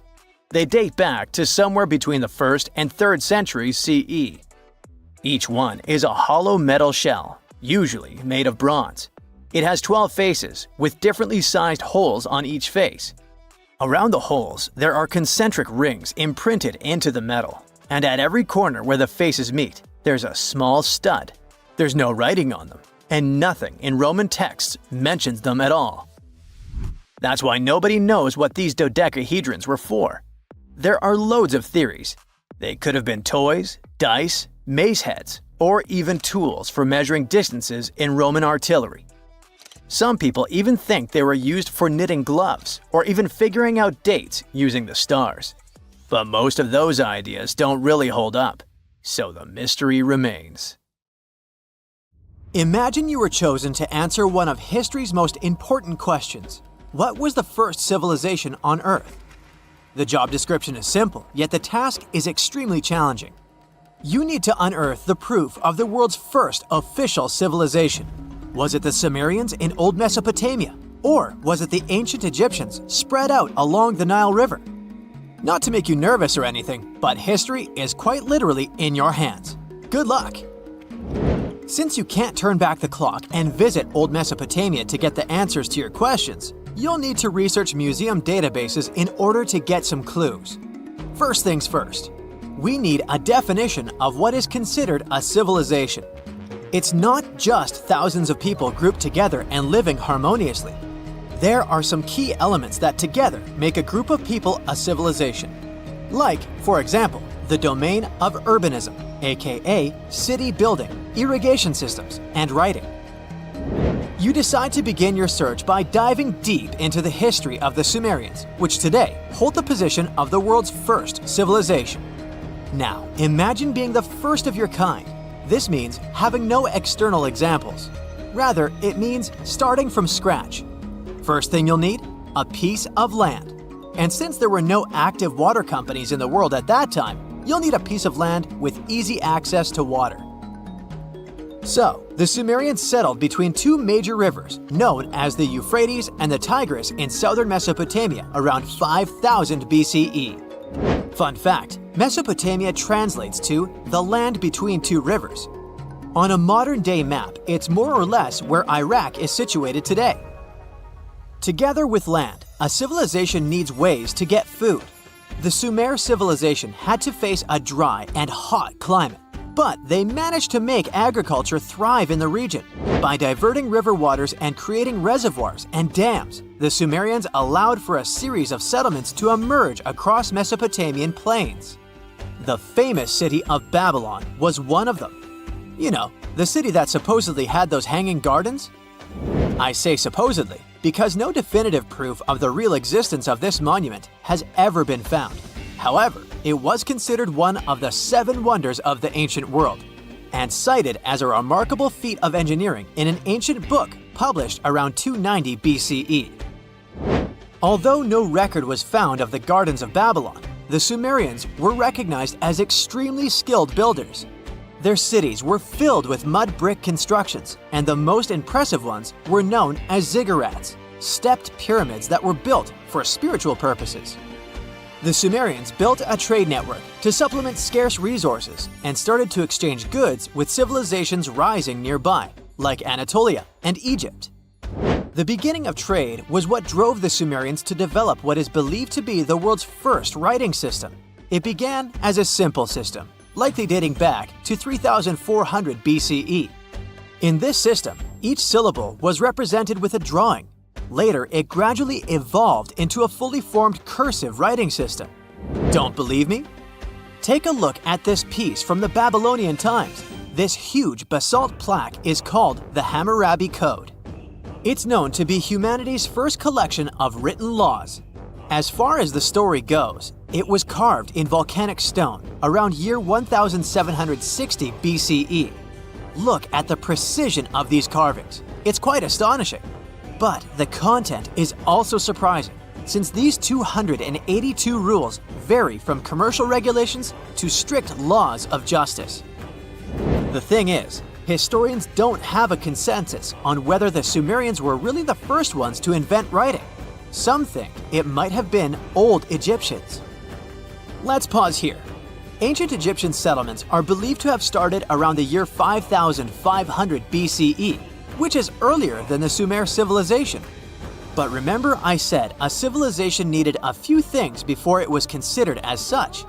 Ancient Egypt consisted of several smaller city-states, such as Memphis, Abydos, and Thebes, spreading out along the Nile River. It wasn't until 3000 BCE that Egypt was unified under one kingdom and lasted as an empire until nearly 1000 BCE. Although there is no consensus on this, some Egypt experts believed that it could have been Sumerian immigrants that founded early Egyptian settlements. The proof could be the presence of cylinder seals made of hard stone, something that was widely used in Sumer. These seals were used to guarantee authenticity in legal transactions, but it's hard to say whether this method was introduced by Sumerian immigrants or simply by trade. Since the time period is not one of the criteria we can use to determine who came first, we'll have to turn to something else. But what? Like the Sumerians, the Egyptians were also highly skilled builders. Duh, they built the famous Giza pyramids and many others all over their territory. In order to enhance their building techniques, they delved into developing a more profound understanding of mathematics. They developed a new form of measurement called the cubit, which was the equivalent of an arm's length. The Great Pyramid, for instance, is 440 cubits per 440 cubits. They were also innovative astronomers, combining their mathematical skills with attentive astronomical observation. They were the first civilization to use a 24-hour division of the day. And they even created a solar calendar, which was the first dating system in history to feature 365 days in 1 year. Okay, it's undeniable how impressive they were. But some experts say that the dispute has to be settled through the comparison of their writing systems. Hieroglyphic writing, the first Egyptian style of writing, is said to date back to 3000 BCE. It was a composition of over 700 symbols, which were carved in stone. For a long time, researchers believed that the Sumerian writing had come before Egyptian, but in a recent discovery made by Yale researchers claims otherwise. Archaeologists have discovered a panel of 4 signs that are believed to have been written around 3250 BCE. Oh, and they've also found another rock drawing depicting a pregnant elephant that can date back to 4000 BCE. Now, there's also a third possibility that fewer people seem to mention: the Indus Valley Civilization, also known as Ancient India, located around the area of modern-day Pakistan and India. The Indus Valley Civilization is also a contender for the oldest civilization due to the uncertain historical origins of the Hindu collection of texts known as the Upanishads. The Indus Valley Civilization flourished around 3000 BCE, but records show that people in the Indus Valley were trading with Mesopotamians as early as 3500 BCE. Now, wait a minute. How is it possible? No, they weren't time travelers. This isn't a sci-fi movie. There already were agricultural settlements in the area that were slowly growing into bigger cities, such as Harappa and Mohenjo Daro. Ancient Indian cities were sophisticated, filled with baked brick homes built in a grid system. These ancient cities even had draining and sewage systems that connected most homes and used gravity to carry waste outside of the city. They were pretty advanced. They were also an extremely religious civilization, and Hindu beliefs were at the center of their practices. Despite that, their cities weren't filled with spiritual buildings. Actually, Mohenjo Daro's most important building was a public bath. Interesting, huh? Now, why can't we know if they were the oldest civilization on Earth? Even if some historians suspect that the origins of the Indus Valley people can be traced back to 5000 BCE, there is no concrete evidence of this, only speculation. The best proof we have is the Upanishads. The Upanishads are texts filled with philosophy, mantras, and ceremonies. The thing is, part of Hindu practices included memorizing and passing down the wisdom of the Upanishads in oral form. So it took a while before it appeared as a written script. Well, I'd say historians aren't really sure what was the world's first civilization. We can only guess at this point, but who knows what new discoveries might reveal. There are mysterious plasma bubbles floating around the pyramids of Giza. As bizarre as that might sound, let's get one thing clear right off the bat. There's nothing extraterrestrial going on here. Plasma bubbles are those weather anomalies that form in a layer of Earth's atmosphere called the ionosphere. This is an invisible layer surrounding our planet that stretches roughly from 50 to 400 miles above Earth's surface, right at the edge of space. In this layer, the sun, being the giant hot power that it is, basically cooks gases, splitting them into electrically charged particles called plasma. Here's where it gets interesting. At night, especially near the equator, these charged particles get disturbed, and when a bunch of them suddenly vanish at the same time, it forms what we call a plasma bubble. Imagine it like a big empty pocket where the plasma is missing or its quantity is lowered, but it's only considered a plasma bubble if this phenomenon occurs on a large scale, typically around 62 miles in size. If you're already packing your suitcase for Egypt and have put binoculars to look at the tips of the pyramids, I'm sorry to say that we can't see these plasma bubbles with the unaided eye. It's all happening way above our heads, completely invisible to us. Scientists need to use special equipment, like the Latitude Long Range Ionosphere Radar, or LARID, to detect these bubbles. This advanced technology helps researchers track and observe the movement and formation of plasma bubbles in real time. This formation, by the way, can be triggered by solar storms. That brings us to November 2023, when an impressive solar storm occurred. On a scale from 1 to 5, this one was classified as a G3, which is considered a strong event. Solar storms occur when sunspots are basically cooler, darker areas on the sun's surface, release bursts of energy into space. These flares triggered several geomagnetic storms on Earth. While this might sound like doomsday stuff, it didn't disrupt our daily lives too much.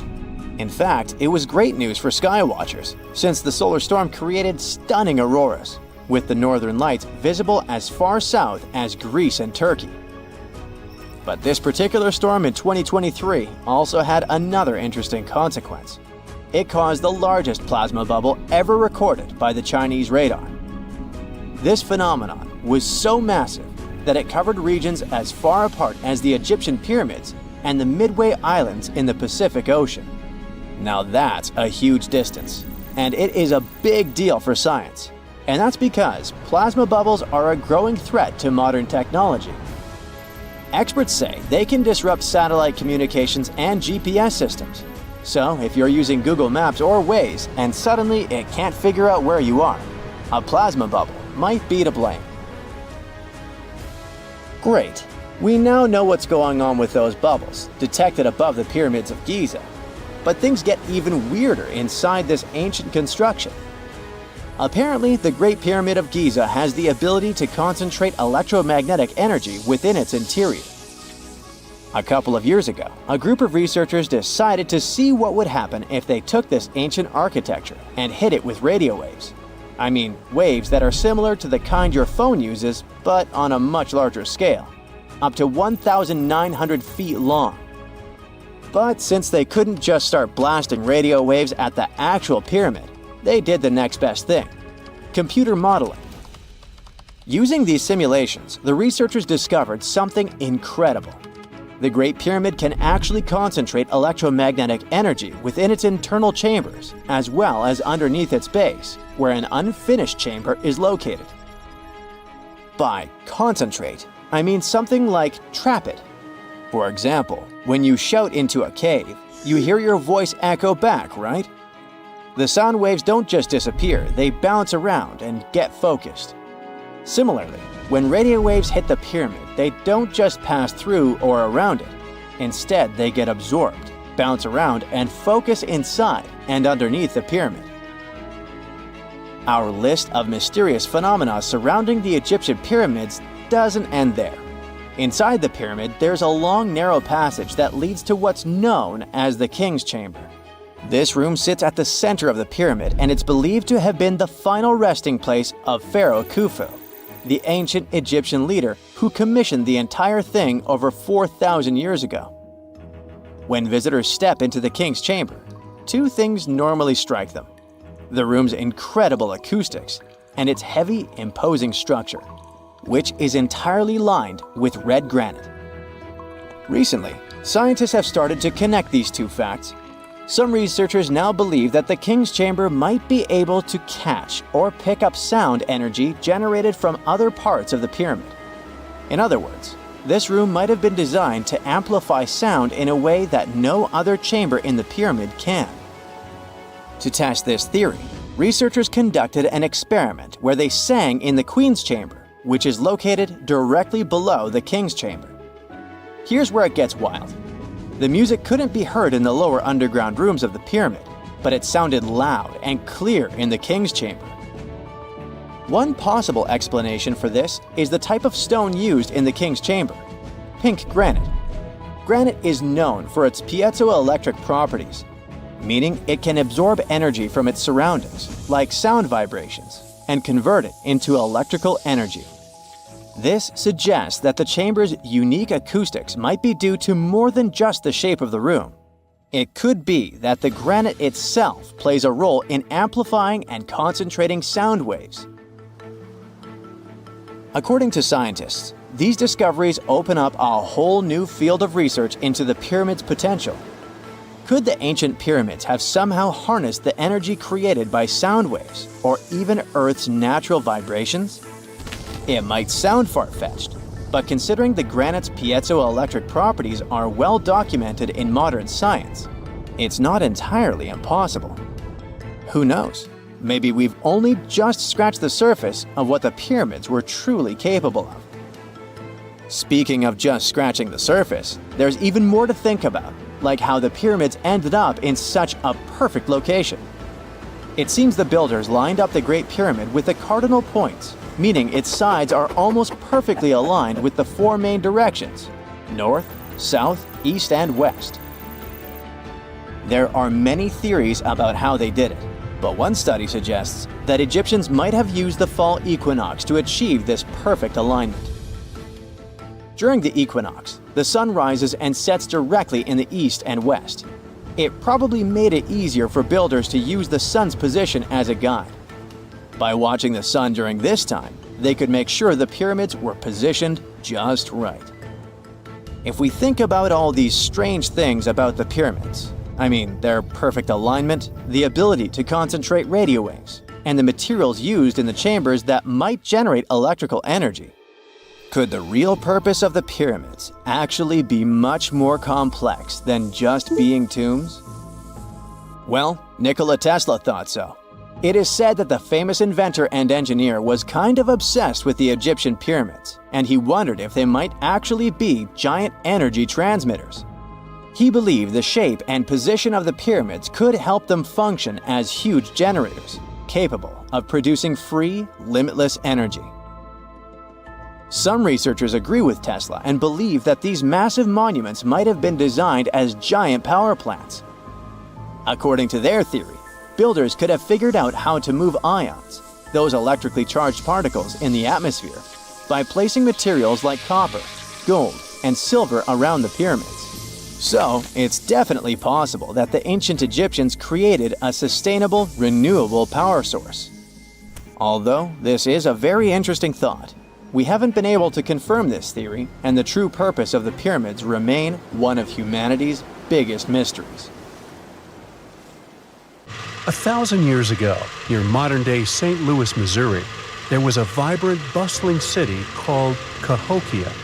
It was a Native American city, the largest and most influential one in Mississippian culture. At its peak, around 1050 BCE, Cahokia was home to as many as 30,000 people, making it larger than Paris at the time. But what's interesting is that Cahokia didn't have any big marketplace. Usually trade was the backbone of any big city, yet this one stood out for archaeologists.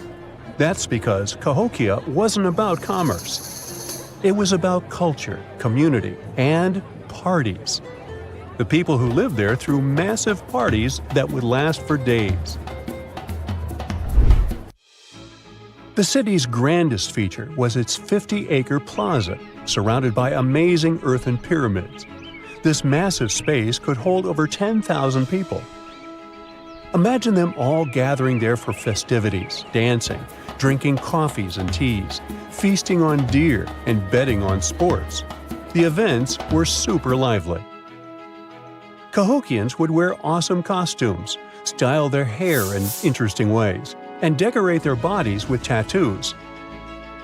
Athletes were playing a game called Chunky, where they hurled spears at a rolling stone disc, competing to get as close as possible.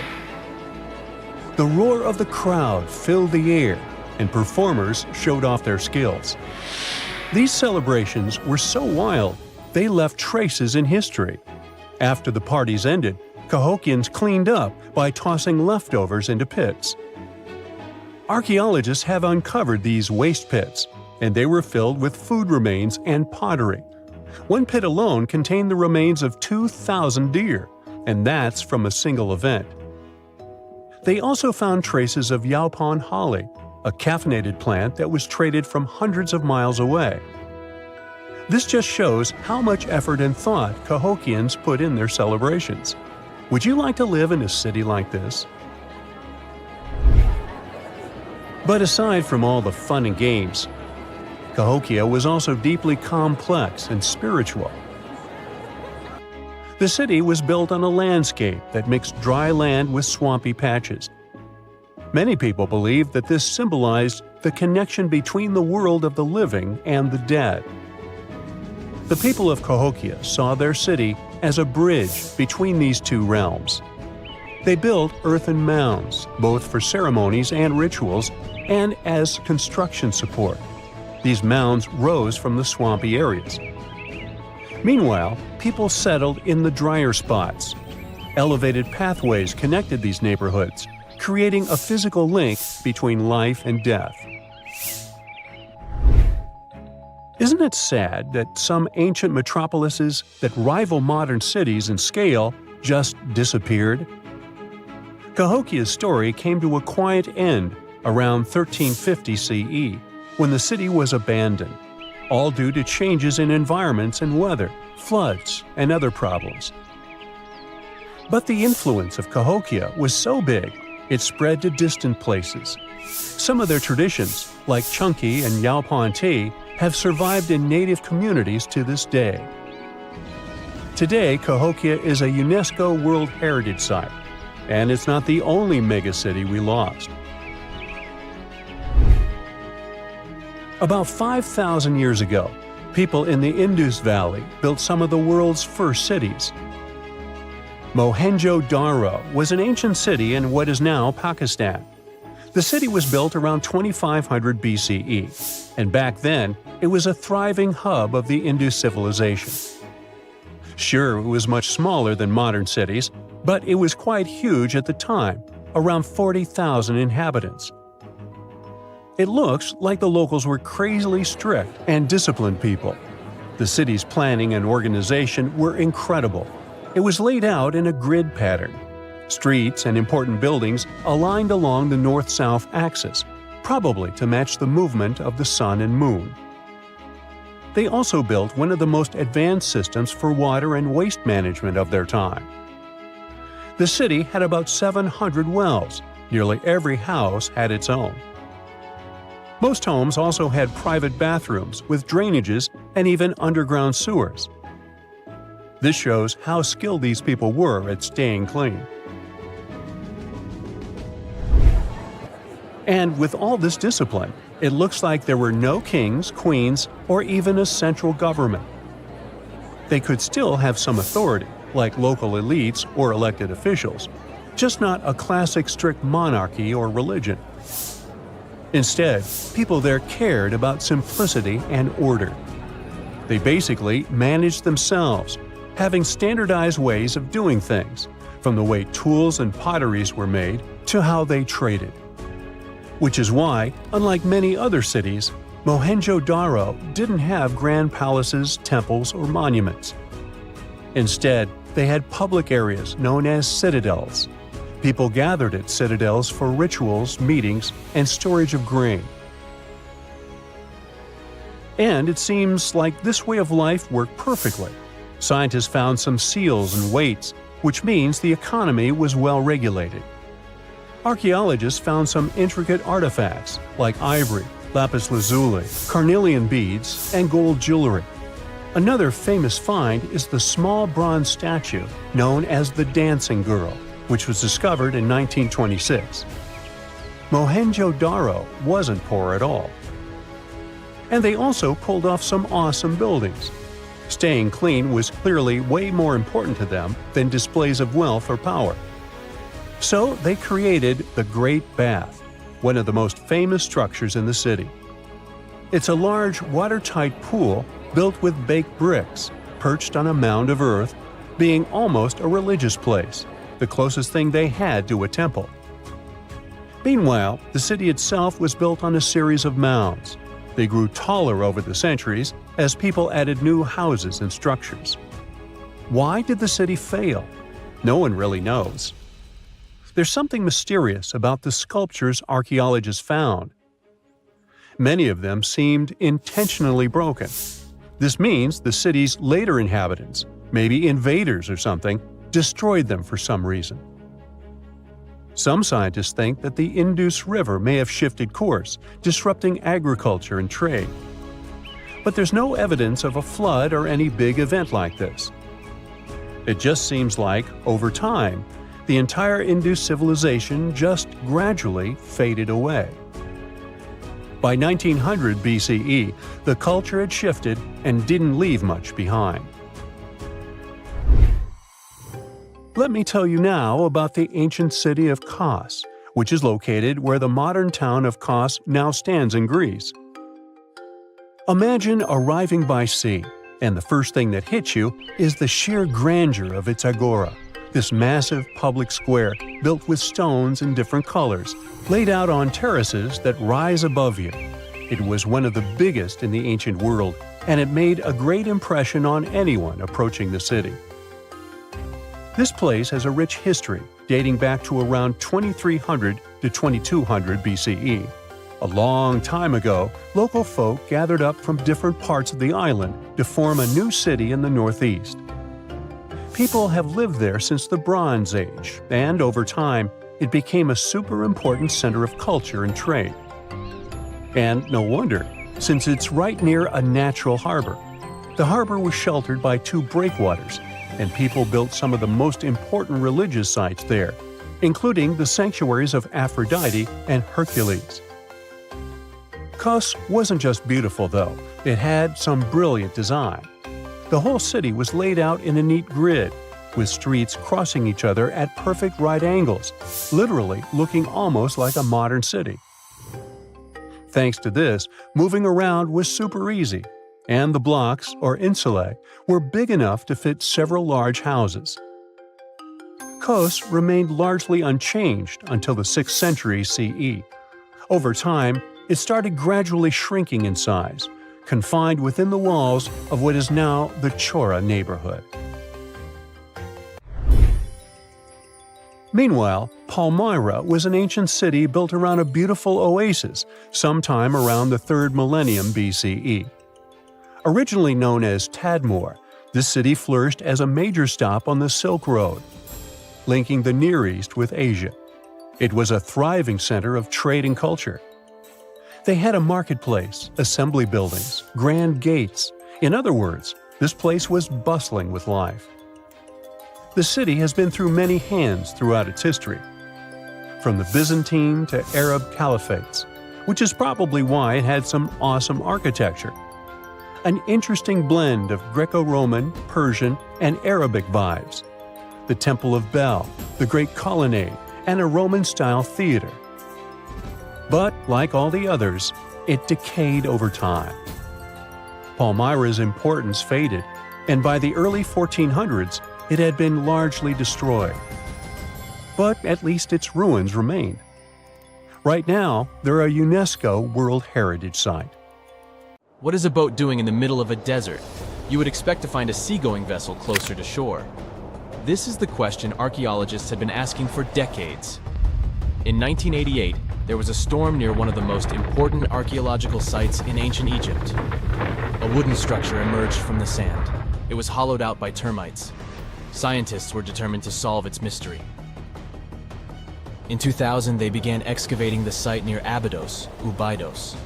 An American team of experts soon discovered a boat that was 70 feet long, and it wasn't alone. In total, there were 14 boats neatly resting next to each other. It was impossible to completely dig out the boats because of their poor condition. Luckily, the wood was preserved enough to get a sample. Analyses revealed that the boats were around 5,000 years old, the oldest fleet in human history to this date. The time of their construction predates the pyramids at Giza by half a millennium. Each ship of the fleet rested in a vault that matched its dimensions. The room was roughly a third of the size of a tennis court. It had mud brick walls that featured more than 120 drawings of boats. Ancient Egyptians incised them on whitewashed walls that were excellently preserved. Scientists have known about these mysterious chambers for well over a century. 1901, 1902. A British archaeologist, Arthur Weigel, stumbled upon a strange structure west of the River Nile. His team caught a glimpse of the interior walls. Sadly, a section of the roof collapsed, so they had to call off further exploration. Researchers abandoned the site, but its location remained on the maps.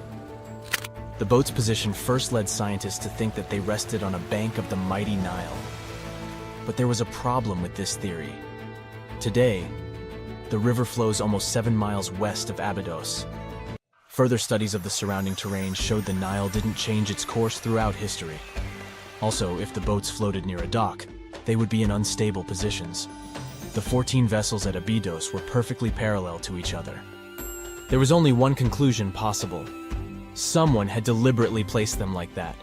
They must have gone through a lot of effort. Each boat had enough room for up to 30 rowers. These vessels could really float. They weren't models, but scholars still don't know if they actually sailed any body of water in ancient Egypt. This doesn't diminish the importance of the find. Previously, archaeologists found only small-scale models. In King Tut's tomb alone, there were 35 boat models. For a long time, these figurines were the only clues as to how ancient Egyptian vessels looked like. The boat's design confirms that they were the real deal. They are the earliest surviving examples of something called built boats. Ancient people constructed primitive vessels by hollowing out large tree trunks. The alternative was reed that was tied together to form a raft. The boats at Abydos had planks tied together. This was a major breakthrough in shipbuilding. During their lifetime, the boats must have seemed impressive. Timber was a valuable commodity at the time. There was no wood in the desert. Cedar had to be imported from Lebanon. The only person who could afford such luxury was the pharaoh. Studying the area around the ancient fleet provided more answers. Scientists discovered a mud brick structure where Egyptians worshipped the pharaoh. Its approximate date of construction matches that of the wooden boats. The same bricks out of which this building was made were used to encase the fleet. At the time of their construction, the rooms they were stored in had a ceiling. That's the section that archaeologists stumbled upon in the early 20th century.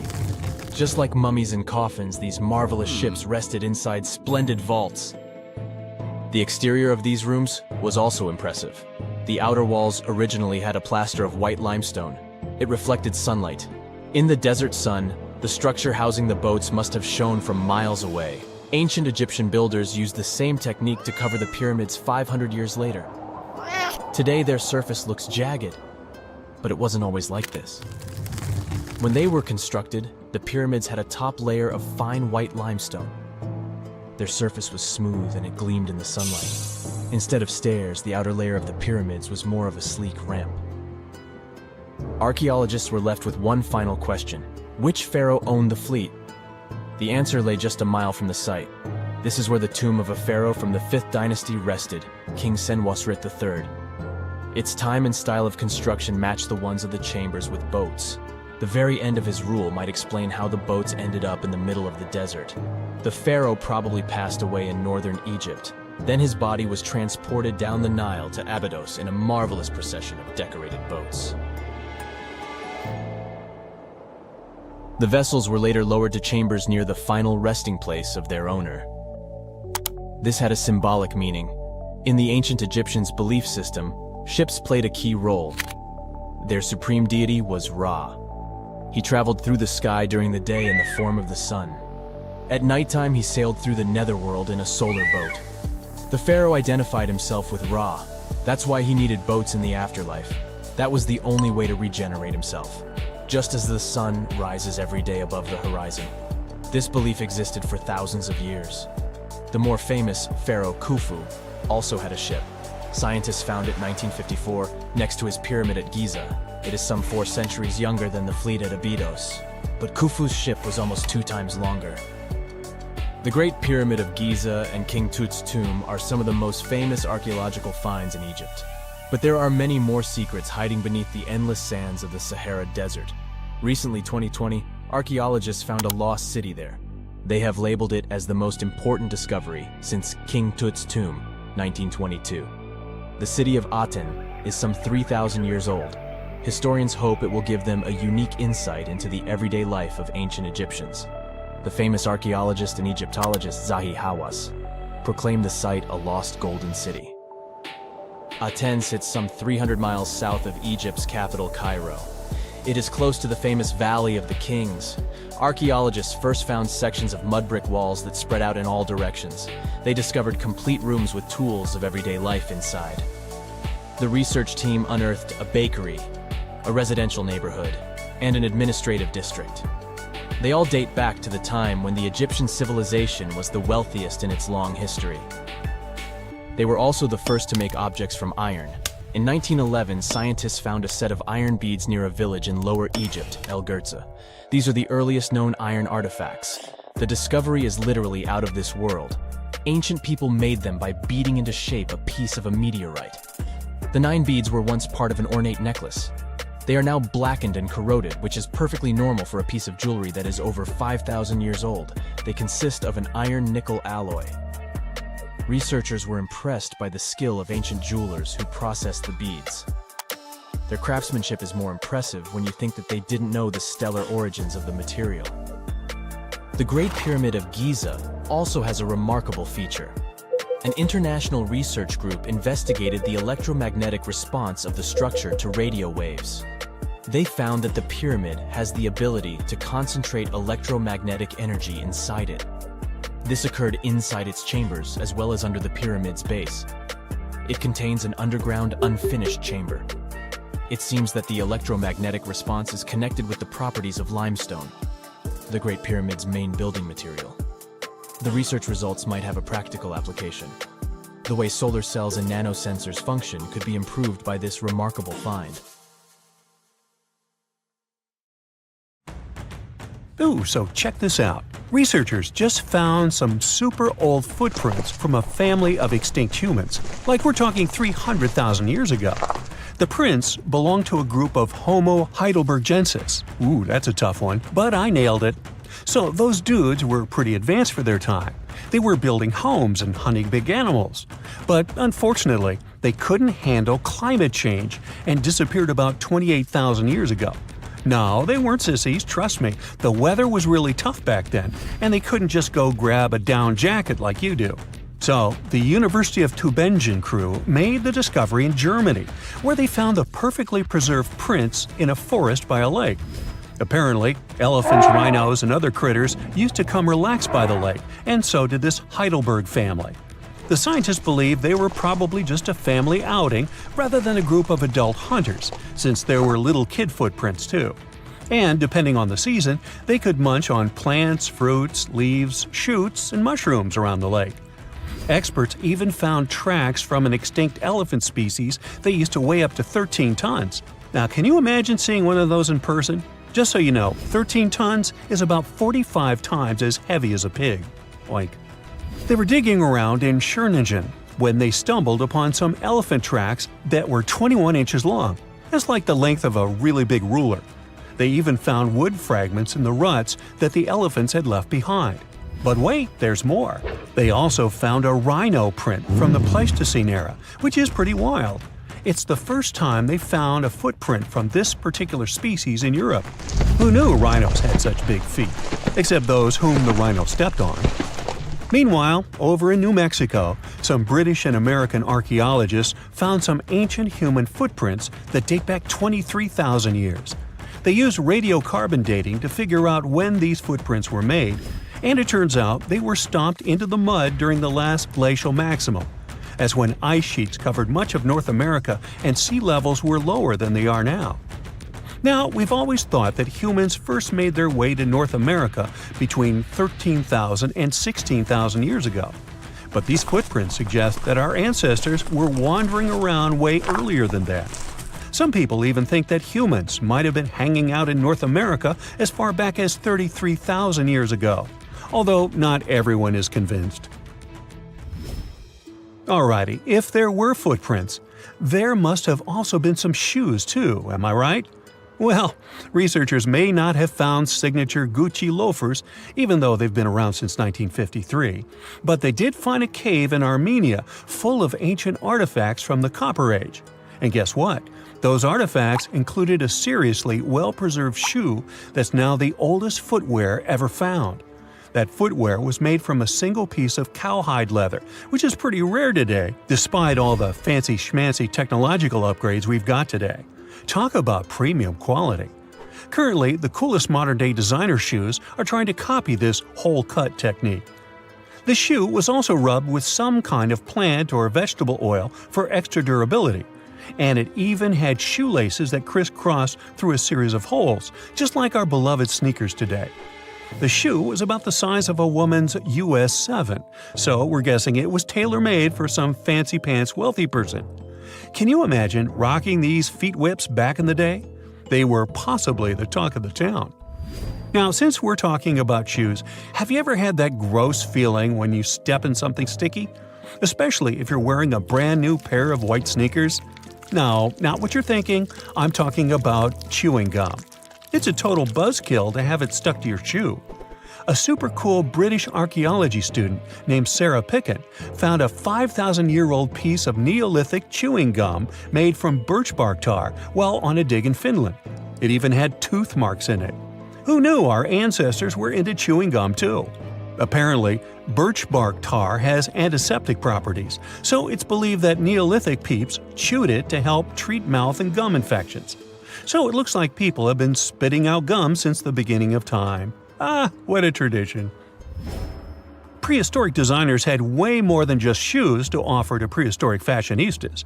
You're not going to find such a statement piece in the mass market, and I'm not sure about high-end boutiques either. Yep, it's supposedly the oldest purse ever found, and yep, those are dog teeth used as decorations for a handbag. According to one of the archaeologists, these teeth were all the rage back in 2500 BCE. People were putting them on everything, from clothes to jewelry.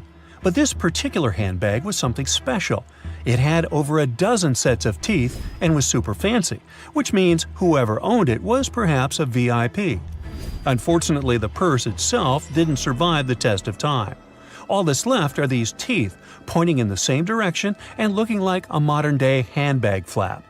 It must have been truly chic back in the day, but it's a good thing we've moved on to more humane materials for our accessories. Did you hear about the dino-sized discovery on Yorkshire's coast? Yep, sometimes scientists discover not human footprints, but dino footprints. This time, they found a record-breaking dinosaur print that could have been left by a predator taking a break 166 million years ago. Can you imagine a T-Rex lounging on the beach with a smoothie in hand? This 3-foot-long fossil, spotted in Burniston Bay near Scarborough, is the largest ever discovered in the region. The team of researchers who studied the track concluded that it was made by a giant carnivore like a megalosaurus. That's one big and hungry dino. The footprint is the largest made by a theropod, which is a group of bipedal dinosaurs that includes the infamous Tyrannosaurus rex. So, we're talking about some seriously big and scary creatures here.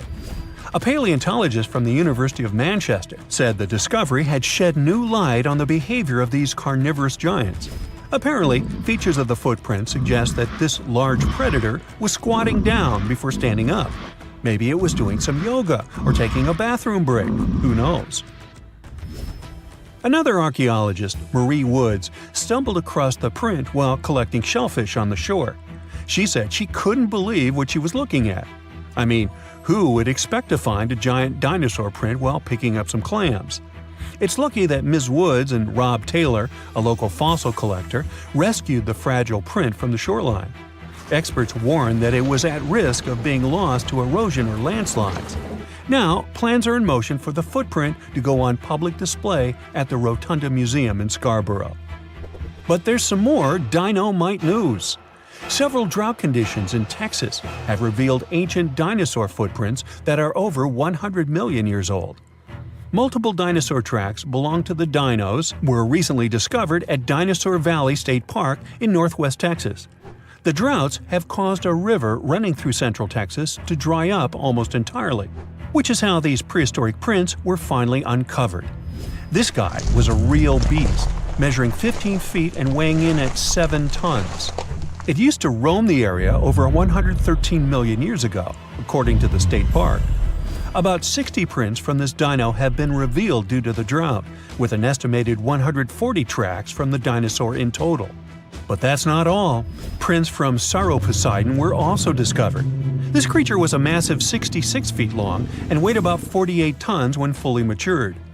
Experts believe that the Acrocanthosaurus preyed on Sauroposeidon, which explains why their prints were found together. There's a weird thing though. Sauroposeidon was bigger than Acrocanthosaurus. Can any professors please explain to me why the smaller dude would munch on the bigger one? When you think of an epic desert scene with blazing sun, endless dunes, and those magical little oases, you probably picture the legendary Sahara, right? But what if I tell you that 11,000 years ago, this vast expanse of hot sand looked totally different than it does today? Yeah, I don't know, I wasn't around then. But I'm told that back then, what we now call a desert was a lush paradise, brimming with lakes, rivers, grassy plains, and even woodsy forests. So, where did all this water go? There are many stories about the distant past of our planet when deserts were covered with jungles and forests, and then something happened, like changing climates or colossal earthquakes, and it all turned green lands into dunes. But how about a theory that Sahara became a desert because of humans and goats? The Sahara has seen its fair share of wet and dry drama throughout the ages, mostly thanks to little shifts in Earth's orbital tilt, causing variations in how much solar radiation hits the atmosphere. There were even times called the African humid periods, when the rain would pour in and transform the dry landscape into a bright green haven. But between 8,000 and 4,500 years ago, something really funky happened to this region. Certain areas went from humid to dry, way too fast, poor parameterization of the data. Bet you didn't get it, did you? What? Well, right, let me translate it from scientific to common human. It means they really don't know the answer themselves, and they got a bunch of missing puzzle pieces. But as scientists sifted through ancient dirt and pollen samples, they spotted a quirky trend. Wherever there were pastoralists, also known as humans with their domesticated animals, the plant life seemed to shift. It was as if every time humans and their furry friends meandered through the greenery, they turned it into scrub and desert right behind them. Oops. Yep, chances are that by overgrazing, humans were sapping moisture out of the atmosphere, since plants give off moisture, which helps make clouds and making things even sunnier, leading to a quicker end of the humid vibes. Plus, our ancestors may have been getting a little too cozy with fire for land management, further speeding up the desert takeover. Anyway, scientists are sure that this lush Sahara would have turned back into desert eventually, even if humans hadn't shown up, thanks to Earth's natural rhythms. So there's no need to pin this abrupt change solely on humans. It could simply be about nature getting feedback from vegetation and dust cycles. It's difficult to determine what caused these changes, as it's all interconnected. During the last humid period, the Sahara was filled with hunter-gatherers. As things got a little drier, they started herding animals for food. The weather pushed people to herd cattle. It's also possible that grazing sped up the landscape degradation. So, which came first, the chicken or the egg? Or in this case, the human or the cow? It's tough to tell with the evidence we have now. Now today, it's safe to say that water is no longer that big of a problem in the Sahara, even though it's a huge desert and the times of lush forests there are long gone. But technology's got us covered. For example, the Nubian Sandstone Aquifer System, the biggest underground water stash on the planet. It's nestled beneath the Sahara Desert's eastern edge and stretches across 4 northeastern African countries – Sudan, Chad, Libya, and Egypt, covering a whopping 770,000 square miles and holding around 36,000 square miles of groundwater. Just look at the pipes transported when it was being built. It's the world's largest irrigation project. No wonder it's feasible to thrive in the Sahara today. But imagine thriving in the Sahara Desert with just one water source. Sounds like a tough gig, right? But the ancient Garamantes did just that, surviving and even thriving for nearly 1,000 years without monsoons or rivers flowing to their desert paradise. These clever folks were the trendsetters of urban life in the sands, and even the Romans couldn't help but notice their genius. While many thought they were just desert-dwelling savages, the Garamantes were busy building an empire in one of the toughest climates on Earth. But how did they do that? Well, they got crafty and dug a whole bunch of underground tunnels to tap into a massive sandstone aquifer. They were literally squeezing every drop of life from under the dunes. But recently, research showed that the Garamantes weren't just hardworking, they were pretty lucky too. The Garamantes had an underground aquifer that brought water up to a hill where they built over 500 fogaras, which are irrigation systems, some stretching as long as 2.5 miles. It was like sipping water through a straw, which let them irrigate their crops for nearly a century, especially since even a little rain would help recharge the system. But eventually, due to rain insufficiency, the aquifer ran low, and reaching it again would have meant digging more tunnels and relying on more people. That's a tough problem, considering these people were in the middle of food and water shortages. Guess I don't need to tell you what happened to the Garamantes, do I? The fall of the Garamentian culture might be linked to several factors. It may have been due to climate changes, or they may have simply used their water resources too much. Back in the day, the Sahara Desert was actually fertile agricultural land, thanks in part to the cool irrigation system the Garamentians created. But since fossil water isn't something you can replenish over time, the groundwater levels dropped pretty low. This likely played a big role in the kingdom's decline by the late 7th century CE. That sounds like someone who hit a lottery jackpot, used up all the money, and went back to their original not-so-cool job once the bank account got fully drained. Oh, by the way, even if the Garamantes left some secret wisdom messages for us, the chances are we'll never get what they wanted to tell us. Nobody really knows what language they used, and their texts are nearly indecipherable to us today. But let's go back to the Green Sahara. So it transformed into a desert about 4,500 years ago. But today, we can understand how people lived in those times in the Sahara thanks to natural parks in Africa that have the ultimate outdoor art gallery. There are well over 15,000 ancient paintings and carvings depicting everyday life from around 11,000 years ago. However, if the carvings aren't enough for you and you feel like visiting an actual green desert, all you have to do is book a flight to California. One of the most beautiful phenomenon in the world, the superbloom, takes place here. Look at all these colors: orange, green, pink. It's a miracle. Wildflowers bloom right in the middle of a hot desert after several years of rainfall in dry places. It's such a bright and colorful landscape that superblooms can be seen from space. This rare phenomenon can be observed in other arid places and deserts in western and southern Africa, Western Australia, and Chile. In all these places, the weather is very hot and dry in summer. Mild humid air comes in winter, and this is the ideal environment for mass flowering. Flower seeds that lie in desert sands can wait for decades before starting to produce flowers. When the hot sun destroys all the weeds and grass, and the rainfall becomes enough to moisten the soil, the seeds are kind of like, well, okay, now it's our turn to play a big game. And then hundreds of thousands of tourists come to take photos and post these beautiful pictures on social media. And this, unfortunately, is one of the main dangers for flowers. Therefore, if you find yourself in a place like this, don't pick the flowers and don't trample on them.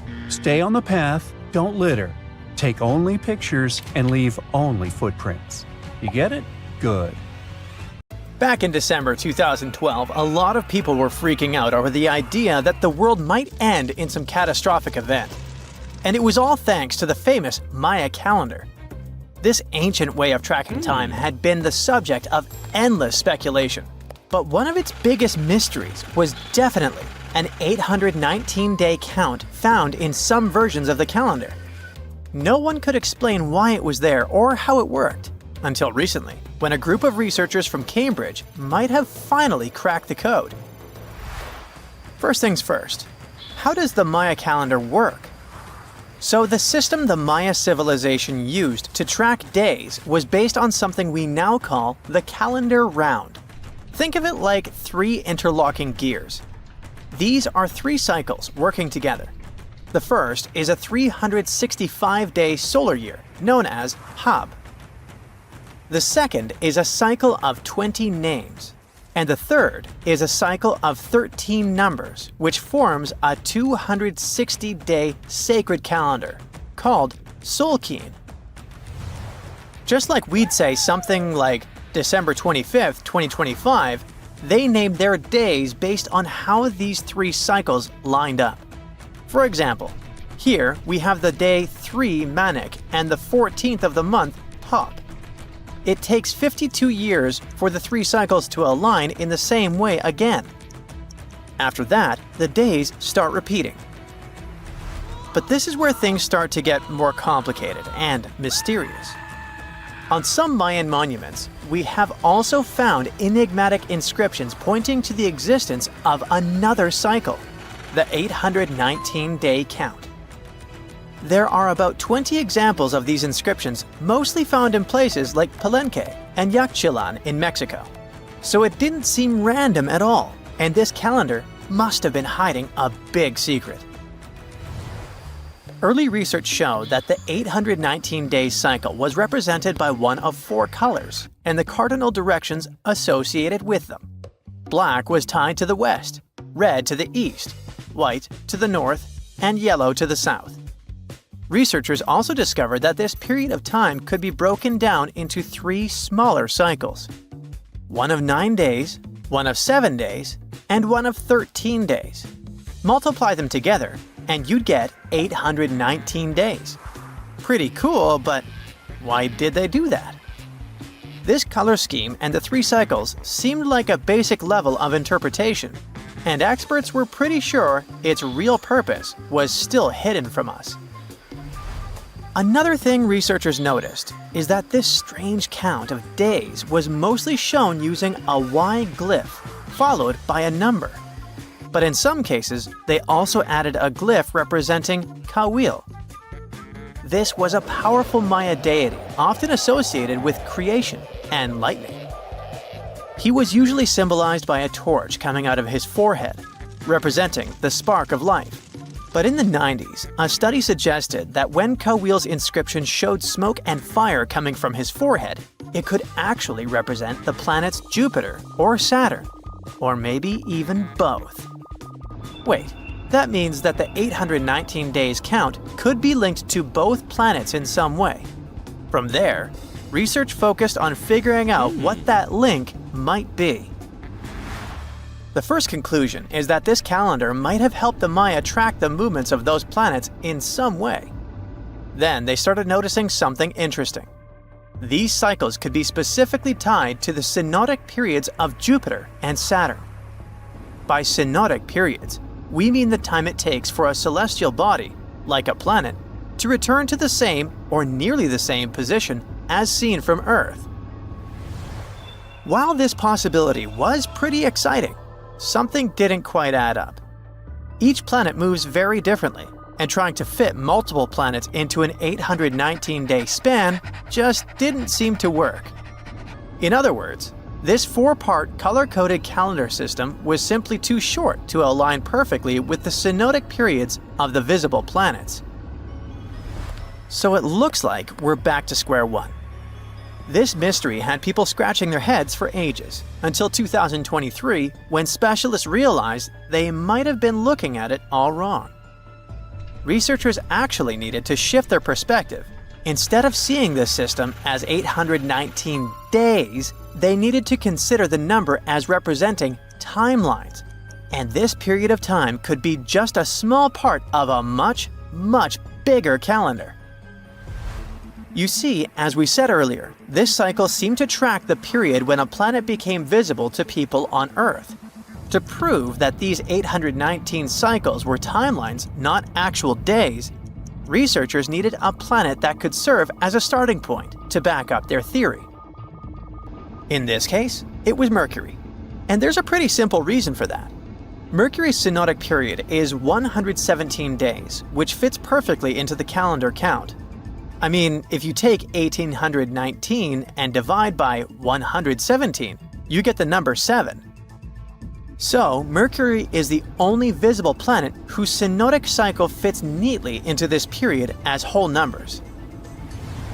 Perfect. Now they had a solid starting point. From there, they needed to expand the calendar by increasing its length to 20 periods of 819 days. Suddenly, a pattern emerges. And just like that, all the synodic cycles of the planets fit perfectly into the system. For example, Saturn's synodic period from 378 days lines up perfectly after 6 819-day cycles.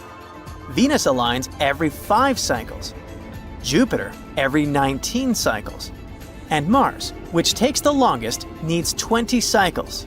In other words, it takes about 45 years for Mars to align with the synodic periods of all visible planets. So, this is how researchers determined that the ancient civilization wasn't referring to days, but rather to timelines. The Maya astronomers came up with this count as part of a larger calendar system of 20 periods.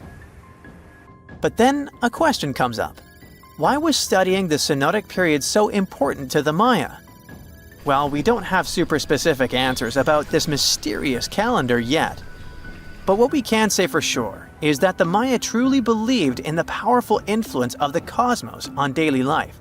So maybe they wanted to analyze how the movements of all the visible planets lined up with their other calendars. Of course, this system is just one part of the Maya's amazing and advanced understanding of astrology. And it wasn't just about using astrological cycles for planting and harvesting. They also had crazy specific knowledge, like how to predict solar eclipses. Archaeologists believe the Maya connection to the stars is reflected in the ruins of their world.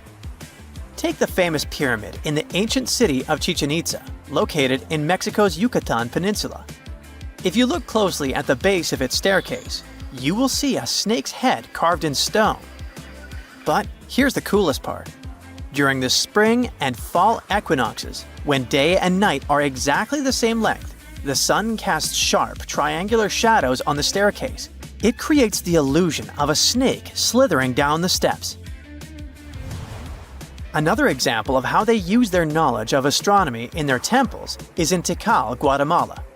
Built around year 1 of the Common Era, this pyramid is considered one of the Maya's earliest astronomical complexes. And its alignment and orientation allowed them to track and calculate solstices and equinoxes with incredible precision. The Maya were skilled skywatchers. Just like we have modern-day high-tech observatories with round domes, they had something similar. Meet El Caracol. The name means snail in Spanish and refers to the spiral staircase inside the tower. Built around 906 Common Era, it was the perfect place to observe all the changes in the sky and track the movements of the sun, moon, planets, and stars. Unlike us today, with our telescopes, satellites, and advanced tools, the Maya relied entirely on naked eye observation, and that makes their achievements even more incredible. The first photograph was taken in 1826. Yeah, there I am, way in the background. I'm waving. From then on, we've had countless images taken all over the world. Back in the day, if you really wanted your portrait taken, you needed a painter to help you with it. You would have had to stand still for long periods of time, making sure the light was just right. And let's face it, those portraits weren't really as exact. Maybe you'd have asked for your eyes to be a bit brighter, or your lips a bit poutier. When it comes to famous people in ancient history, there's not much we can do in terms of photography. It's simple, there aren't any pictures or famous ancient people. We can try to imagine what they look like based on their paintings or on texts written about them by highly regarded scholars. Fortunately, more and more as years go by, this lack of knowledge will become a thing of the past. Enter forensic facial reconstruction. With the help of this amazing science branch, we can now have a better understanding of what ancient celebrities look like. But how are scientists able to do that, you might ask? Go ahead, ask. Turns out that a person's skull can tell a lot about their appearance. Everything from the brow bone to the distance between the eye sockets can showcase a realistic profile. Even the nasal chamber or the shape of one's chin can influence how your face will end up looking like. It's like the skull is a blueprint for the face. Using these bones, artists and forensic anthropologists can work together to reconstruct your appearance through the magic of forensic facial reconstruction. It's like real-life detective work, but with more clay and less drama. Now, I guess you're thinking, how correct can these reconstructions really be? Well, the finished product may not reflect all the details, sure. You can't tell a person's eye color or skin tone just by studying the skull. Facial hair is equally hard to tell, and if you have plump cheeks that make you look so cute, your skull will never tell the secret. But even with those limitations, facial reconstruction can still show us what someone in history may have looked like. The process itself is pretty cool. A trained sculptor works with a forensic anthropologist to figure out the skeletal features and build up the facial traits using clay. Anthropologists have to consider things like age, gender, ancestry, and any injuries or tooth loss. Scientists can also do such tasks digitally these days with the help of computers and design software. With all these amazing scientific advancements in mind, did you hear the latest news about King Tut's family tree? Well, apparently his possible father, an ancient Egyptian pharaoh, just got a new face makeover. And let me tell you, he's looking regal and serene due to some digital reconstruction magic. But even though this is the most correct representation of him so far, we still don't know for sure who he really is. This fellow was found in 1907 in the Valley of the Kings, just a few feet away from King Tut's tomb. Scientists have been studying him for over a century and think he might be Akhenaten, King Tut's daddy, and a very important Egyptian ruler for that matter. Still, some experts remain skeptical and say we need more evidence to confirm his true identity. The reconstruction of this ancient pharaoh's face was a months-long project by a group of brilliant scientists in Sicily. They even brought in a 3D forensic artist from Brazil to help out. The new model is different from earlier ones because they wanted to focus on his facial features and not get distracted by his hair, jewelry, or other bling. On the same note, make way for this latest fashion icon. No, it's not some famous model. It's a hunter-gatherer woman who lived in Sweden 7,000 years ago. And boy, is she fierce-looking in her new reconstruction. She's rocking a feather cape, a slate necklace, and a belt made from 130 animal teeth. Talk about being fashion-forward or backward. Plus, her dark skin is painted with white patterns, making her look like a true work of art. But don't be fooled by her stunning appearance. This woman was more than just a pretty face. She was buried upright in a location dating back to 5500 BCE to 4600 BCE, and her rich jewelry tells us that she was important in her local community. Thanks to the work of an archaeologist and sculptor, we can now see what this ancient woman looked like. They used a CT scan of her skull to piece together her face muscle by muscle, creating a unique expression. It's like making eye contact with the past. While we may never know for sure what her role was in her community, her intricate surroundings suggest that she held a special place for her people. Now, Otzi, the 5,300-year-old mummy from the Alps, also got a new makeover thanks to this amazing technology. He didn't go to a plastic surgeon if that's what you're thinking. Two Dutch brothers used their skills in forensic science and artistry to recreate his face for a new exhibit in Italy. Otzi was found in 1991 by hikers who stumbled across his mummified and frozen remains in the mountains near the Italian-Austrian border. He's been around longer than Stonehenge or the pyramids of Giza. And now, thanks to the two skillful brothers, we finally know what he looked like. They used 3D images of his skull to recreate his face. A photographer also documented the whole process for half a year. Earlier research shows he passed away from a wound caused by an arrow. He was left in a protected area high up in a cold glacier region, so his body was preserved in the snow. He is now safely kept in a refrigerated cell at the museum, which mimics the wet, cold glacial conditions that kept him preserved. They even have a unique cooling system that makes it possible for the mummy to be displayed. Otzi's last birthday was his 46th, which was a pretty ripe old age for his time. He was about 5 feet 3 inches tall and weighed around 110 pounds, so he was on the smaller side. But hey, size doesn't matter when you've been around for over 5,000 years. King Henry VII got a digital makeover as well, And boy does he look good! A graphic artist used a mask of Henry VII's dating from 1509 to create an impressive and realistic reconstruction. Why a mask, you might wonder? Well, before photography, people used wax masks to preserve someone's likeness more accurately than paintings or illustrations.